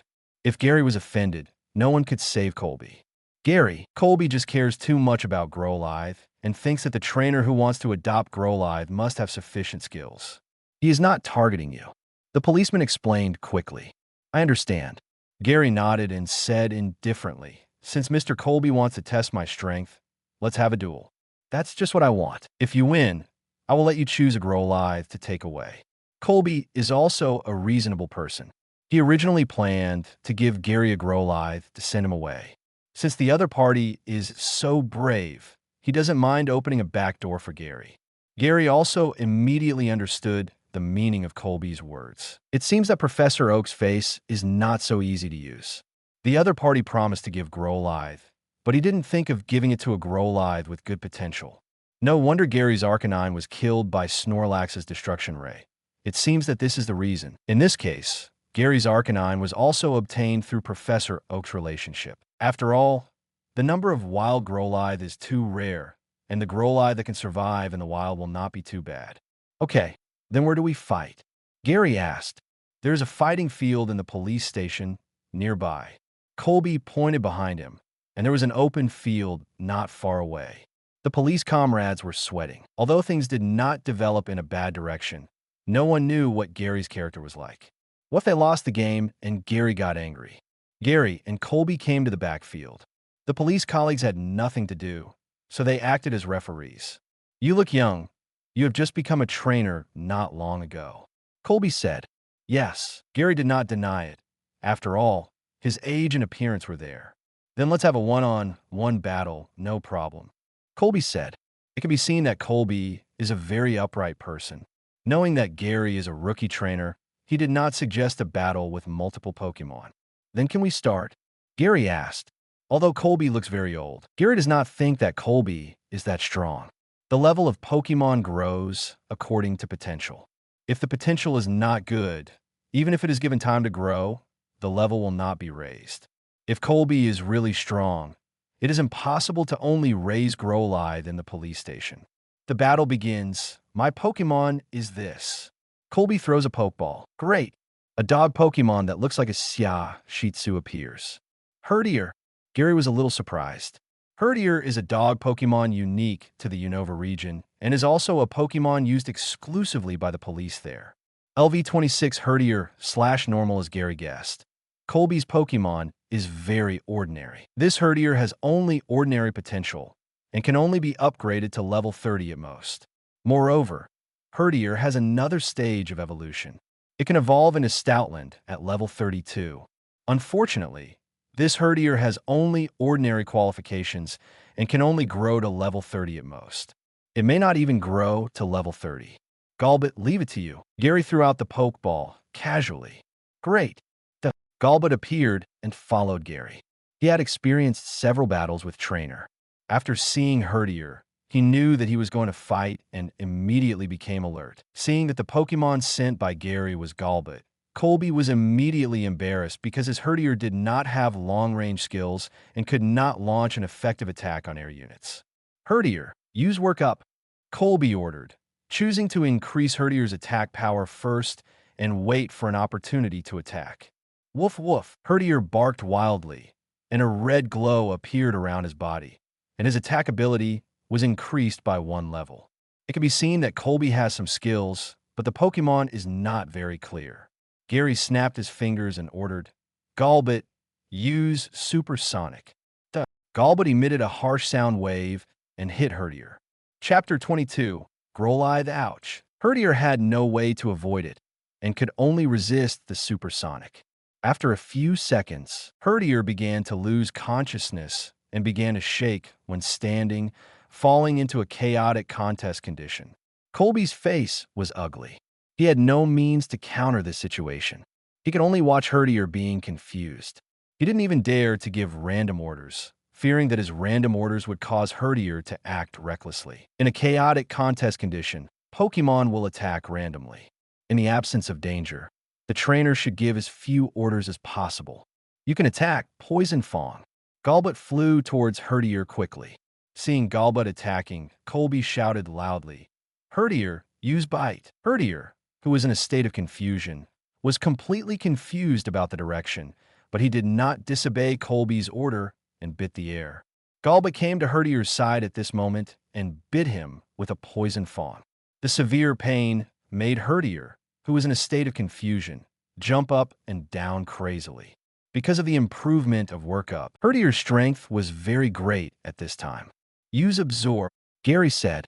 Golbat exerted force, and his sharp fangs pierced Herdier's skin and began to absorb Herdier's performance. Tasting the taste of blood for the first time, Golbat also became bloodthirsty. Ouch! Herdier, who had lost a lot of blood, suddenly felt extremely weak and was still in a chaotic contest condition, so he fell to the ground. Okay, you can stop.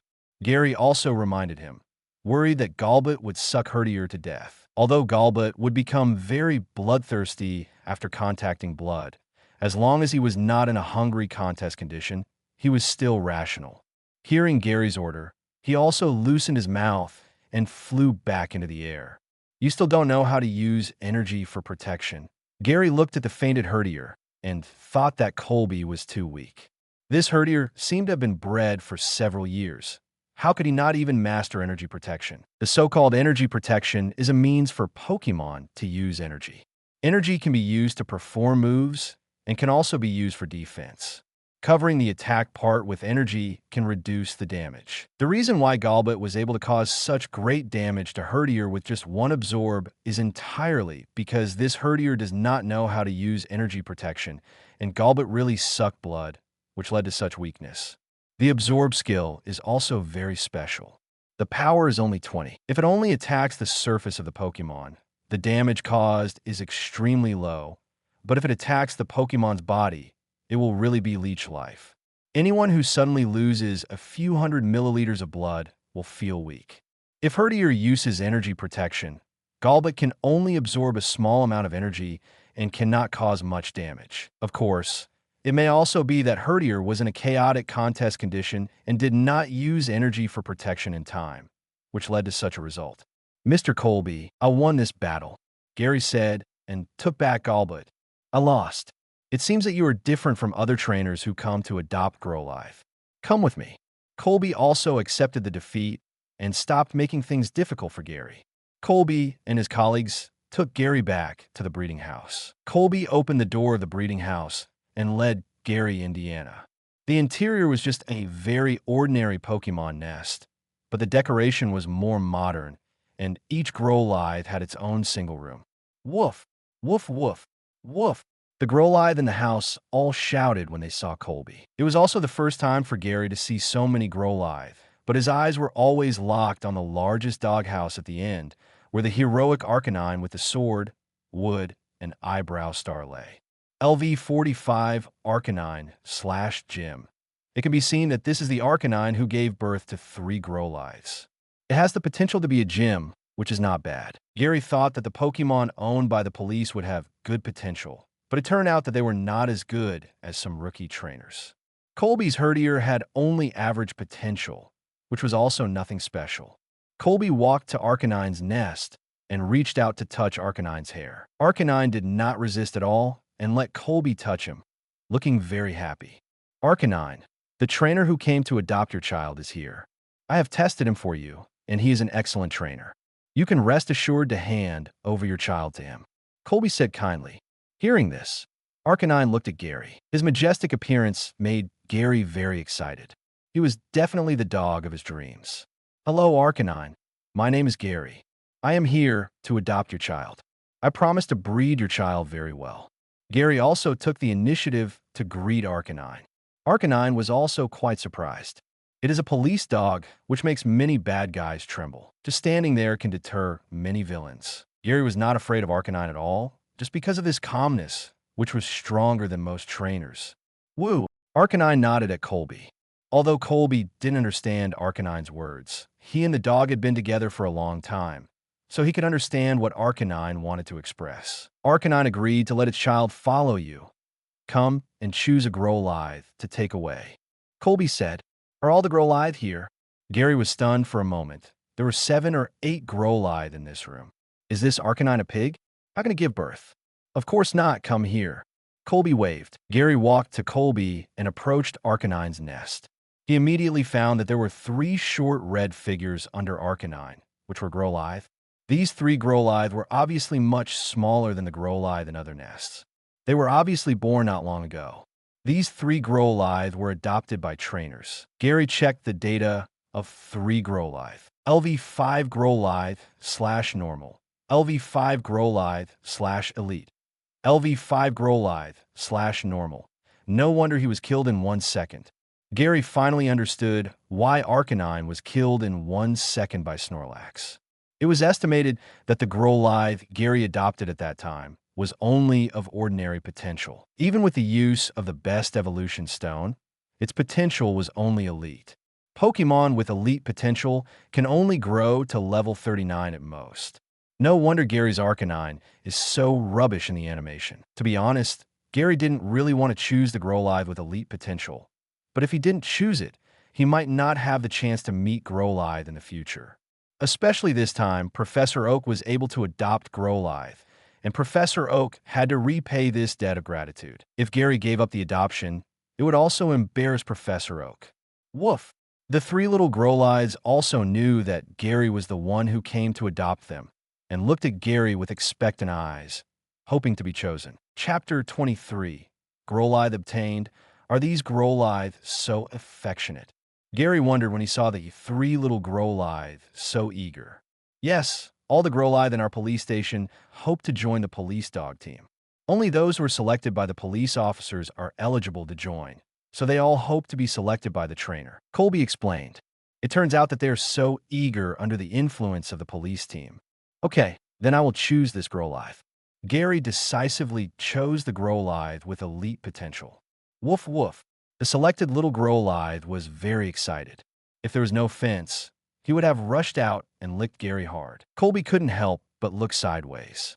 He was responsible for taking care of the Growlithe in the police station and knew the situation of these 3 Growlithe very well. If you want to say which one of the 3 Growlithe is the best, it is definitely the one Gary chose. It can be seen that Gary knows Pokémon very well, so he can choose the Growlithe with high potential at a glance. Indeed, Gary, who has the eye of insight, can definitely become an excellent breeder if he wants to. This is Growlithe's Pokeball. Take it. Colby handed Growlithe's Pokeball to Gary. Growlithe, please give me more advice in the future. Gary put Growlithe into the Pokeball. According to the collection of the Green Champion team released by the system, there are only Alakazam, Pidgeot, and Rhydon left. The latter 2 are easy to get, and the only Pokemon that is difficult to collect is Alakazam. Alakazam is a very rare Pokemon. Even the juvenile form of Abra is difficult to catch, because the only skill Abra can use is Teleport. If you encounter it, you must have the Goblin physique, otherwise it is difficult to catch Abra. But Gary doesn't worry about this. With Golbat's mean look, Abra can't use Teleport to escape, but the key is to be able to meet Abra. After getting Growlithe, Gary left the police station. Pokemon Growlithe. Attribute: Fire, level 5, Potential, Elite, Ability, Intimidate. Intimidate rival when it appears, make it retreat, and reduce rival's level 1 physical attack. Skills: Leer Ember, Intimacy, 126, max value 255. Growlithe's attribute data is relatively normal, and the skills in its skill pool are also ordinary, with nothing outstanding. It's still too young. Let's breed it for a while before evolving it. Gary originally planned to directly evolve Growlithe into Arcanine, but considering that Growlithe is too young, he plans to wait a little longer. Afternoon. The community went to Route 25 above Cerulean City to see the Pokémon near Cerulean City. As for the Cerulean Gym, Gary is not in a hurry to challenge it. After all, the Cerulean Gym is really weak at the moment, and it may not even produce a Pokémon that can fight. To be honest, Gary is not willing to challenge such a gym, but he may trigger the system to issue a task, so he has to come. Especially the task issued when challenging the Nibe Gym before, which rewards the best Hardstone. The Cerulean Gym is a water gym, and it is likely to reward the best Mystic Water, which Wartortle can use. Is there no Pidgey with gym potential? After 2 hours of wandering around 24 Route, he didn't meet the Pidgey he liked. Gary, this thief, God is unfair. Obviously, Pidgey is Gary's face Pokemon, so he must meet a Pidgey with high enough potential. Unexpectedly, he can't even use a gym-level Pidgey. Can I only buy it with money? Gary didn't want to go this far. Pokemon can be purchased in the Pokemon world, as long as the Pokemon itself is not a rare Pokemon or a hunting ban. It can be purchased. For example, at the Pokemon auction, some Pokemon with high potential are often auctioned, but Pokemon like Pidgey are too common, and it is estimated that there are few auctions at the auction. After all, the auction belongs to a relatively high-end market. Even if rare Pokemon cannot be auctioned, the Pokemon auctioned are also very rare, at least Pokemon of the level of the 3 starters or some shiny Pokemon. Let's go to Vermilion City to have a look later.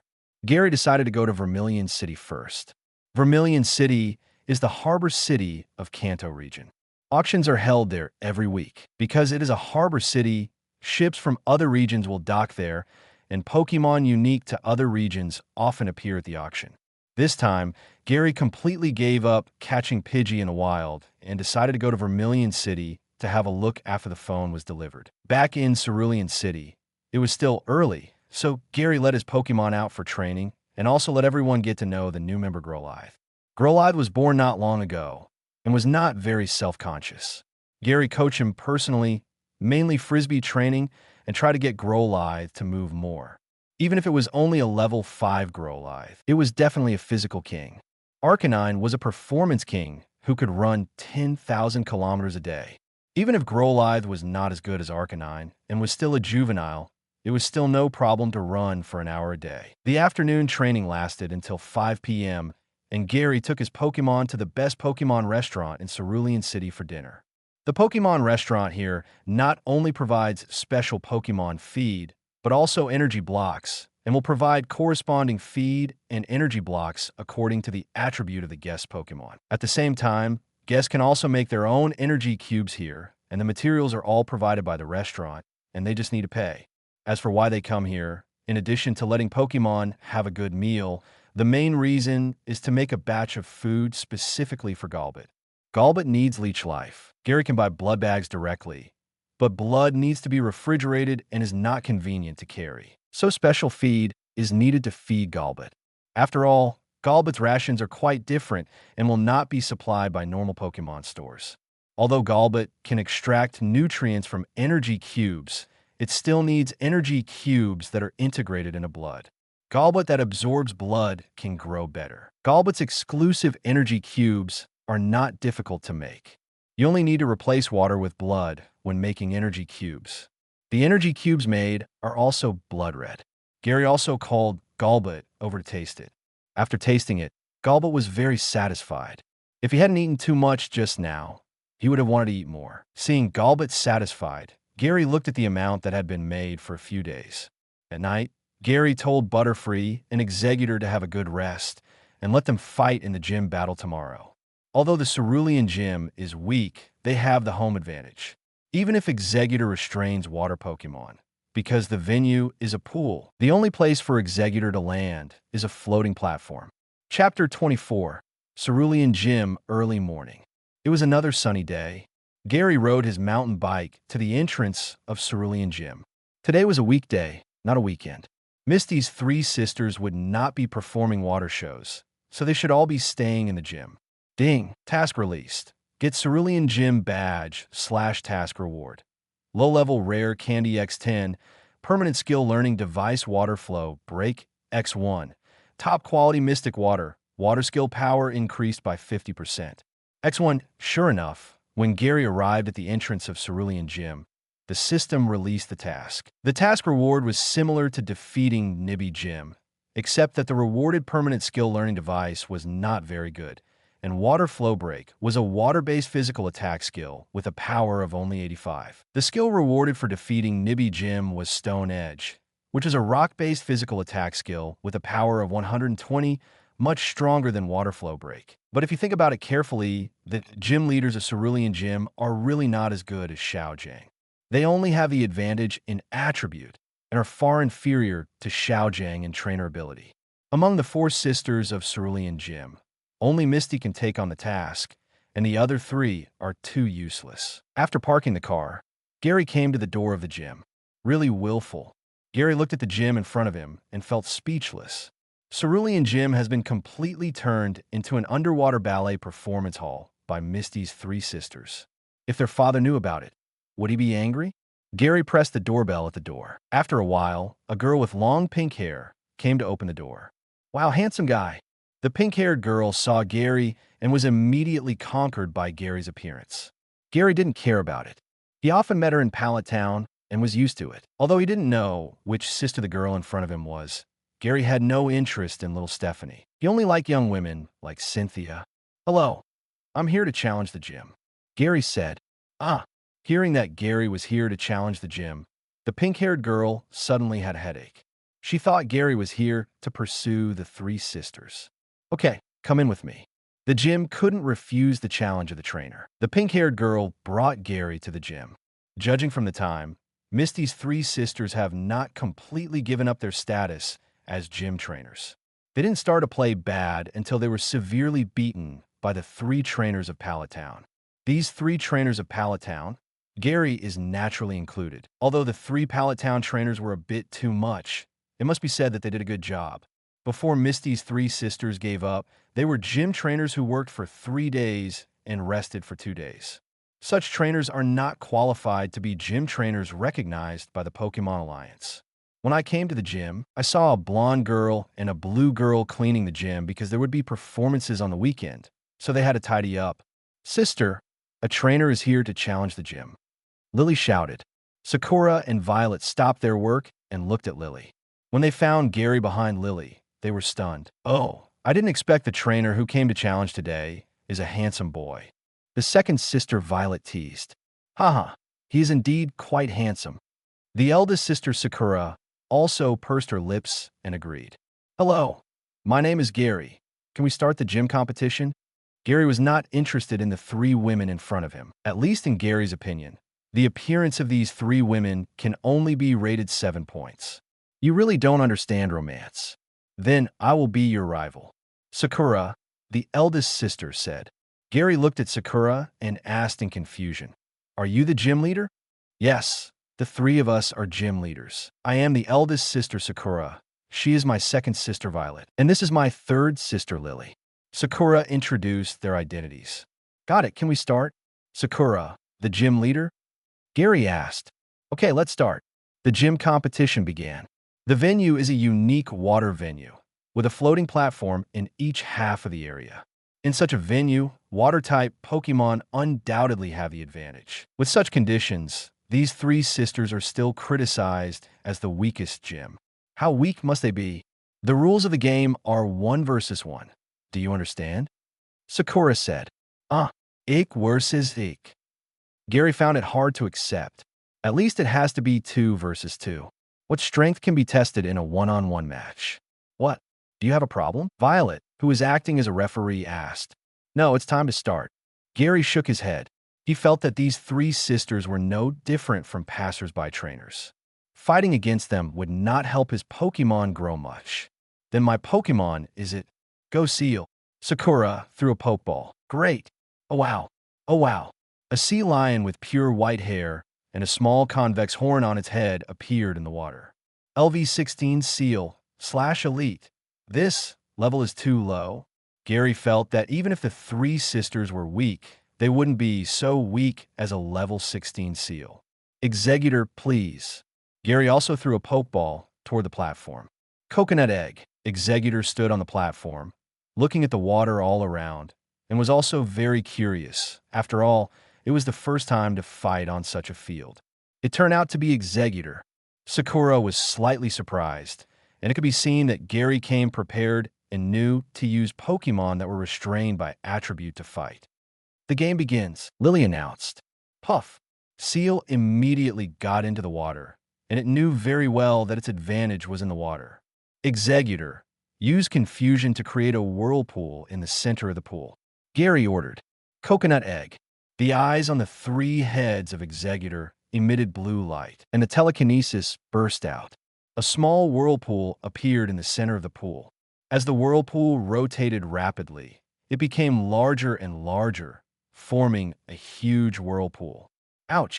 Seal, who was hiding in the water, was immediately sucked into the whirlpool and trapped. Sakura was also confused. She didn't expect Gary and Executor to come up with such a method. Egg Bomb. At the command, eggs the same size as the head grew out next to the three heads of Executor. The eggs separated from the Executor body and flew into the whirlpool. Art is explosion. Boom, boom, boom. The explosion spread rapidly to both sides. When everything calmed down, the water level dropped a lot. Seal floated on the water with his eyes rolling in circles. Nice power. The Egg Bomb skill was awakened when Executor's level grew to level 20. The hit rate was not high, but Rival was trapped in the whirlpool, so it was easy to hit. Especially the impact of the explosion in the water was very terrifying, which could directly cause internal injuries to the creatures in the water. Chapter 25, Boring Gym Battle Seal, Come Back. Sakura had no choice but to take Seal back. She didn't expect that she would lose so badly.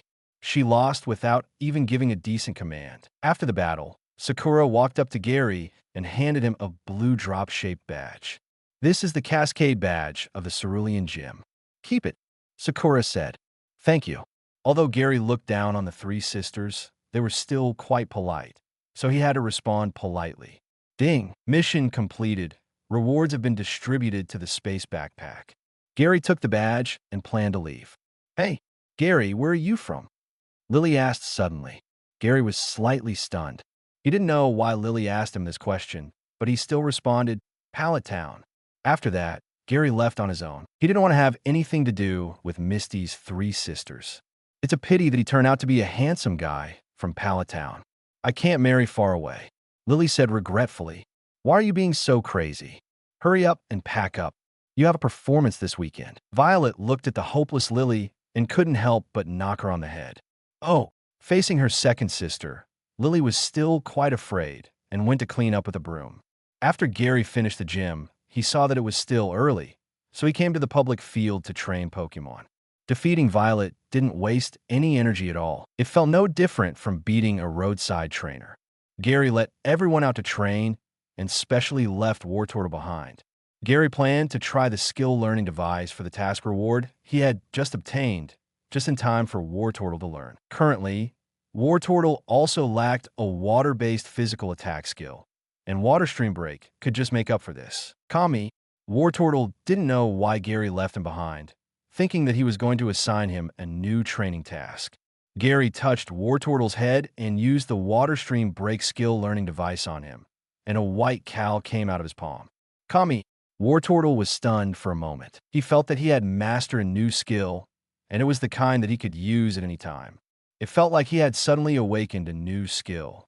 Remember, keep it secret, Gary reminded. You have to know that psychic Pokémon can sense telepathy. If Wartortle said something in front of that psychic Pokémon, it would be difficult to explain if the news was passed on. Of course, even if Wartortle really told the psychic Pokémon would tell its trainer, and most of them would not take it seriously, thinking that it was a competition between Pokémon. Trainers would compete with each other to see who had captured the rarer and more powerful Pokémon. Similarly, Pokémon would also compete with each other to see whose trainer was better. Kami, Wartortle nodded and promised. Now that you are awake, go train.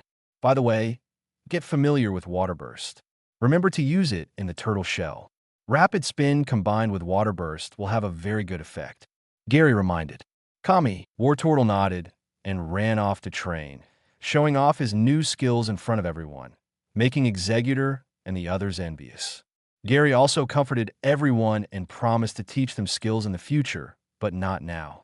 The next gym to challenge is Vermilion Gym. According to the tasks issued by the system, the rewarded skills must be electric Pokémon, and none of the Pokémon currently in hand can master electric skills. Growlithe can master Thunder Fong, but the electric skills rewarded by the system must be Thunder Fong. Gary is not too anxious. He currently has 43 low-level rare candy, which seems to be able to be used. Magishar of Vermilion Gym is still quite powerful, and his Raichu should be above level 30. It will take about half a month to get from Cerulean City to Vermilion City.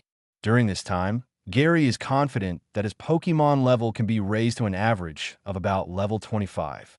At this time, using low-level rare candy is the most cost-effective. After all, the level of Pokémon is easy to improve before level 30, and the difficulty of improvement after level 30 begins to gradually increase. For the next 5 days, Gary stayed in Cerulean City, training Pokémon every day and occasionally accepting trainer challenges. His days were quite fulfilling. The levels of the Pokémons also grew slightly. Wartortle LV 19-22, Executor LV 21-24, Butterfree LV 18-21, Scyther LV 23, Golbat LV 22-25, Growlithe LV 5-10. After Butterfree reached level 21, it awakened Psybeam, which should have awakened Whirlwind. Psybeam is a skill that Butterfree can only awaken at level 16, but it was awakened at level 20. It can be seen that the awakening skills of Pokémon in the real world are completely random. It is possible that after the level is increased, skills that were not awakened at a lower level can be awakened. Scyther was level 15 when he joined the team, and is now level 23, but he only awakened Double Team, and Double Hit has not been awakened. Gary also planned to evolve Scyther into Scizor as soon as possible, but unfortunately the Pokémon department store in Cerulean City was terrible and didn't have Metal Coat. So Gary planned to go to Saffron City, which is between Cerulean City and Vermilion City. The famous Sylph Company headquarters is in Saffron City, and I believe the Pokémon department store here must have Metal Coat. And today, Gary's mobile phone was delivered. The current mobile phone is a traditional gray screen mobile phone, which can only be used to make calls and play some small games, but this is enough for Gary to use, mainly for the convenience of communication. Gary has already applied for a SIM card in advance and inserted the card into the... No more novels? Take part in the voting. The most requested novels and those with the most likes will be chosen for publication on euroaudiobooks.com. There, I can upload as much as I want without the risk of receiving a strike. Our 18 novels and other content that exceed what is morally acceptable are only published on Patreon or the free novels page. Remember, the site is funded by donations on Ko-fi and Patreon memberships.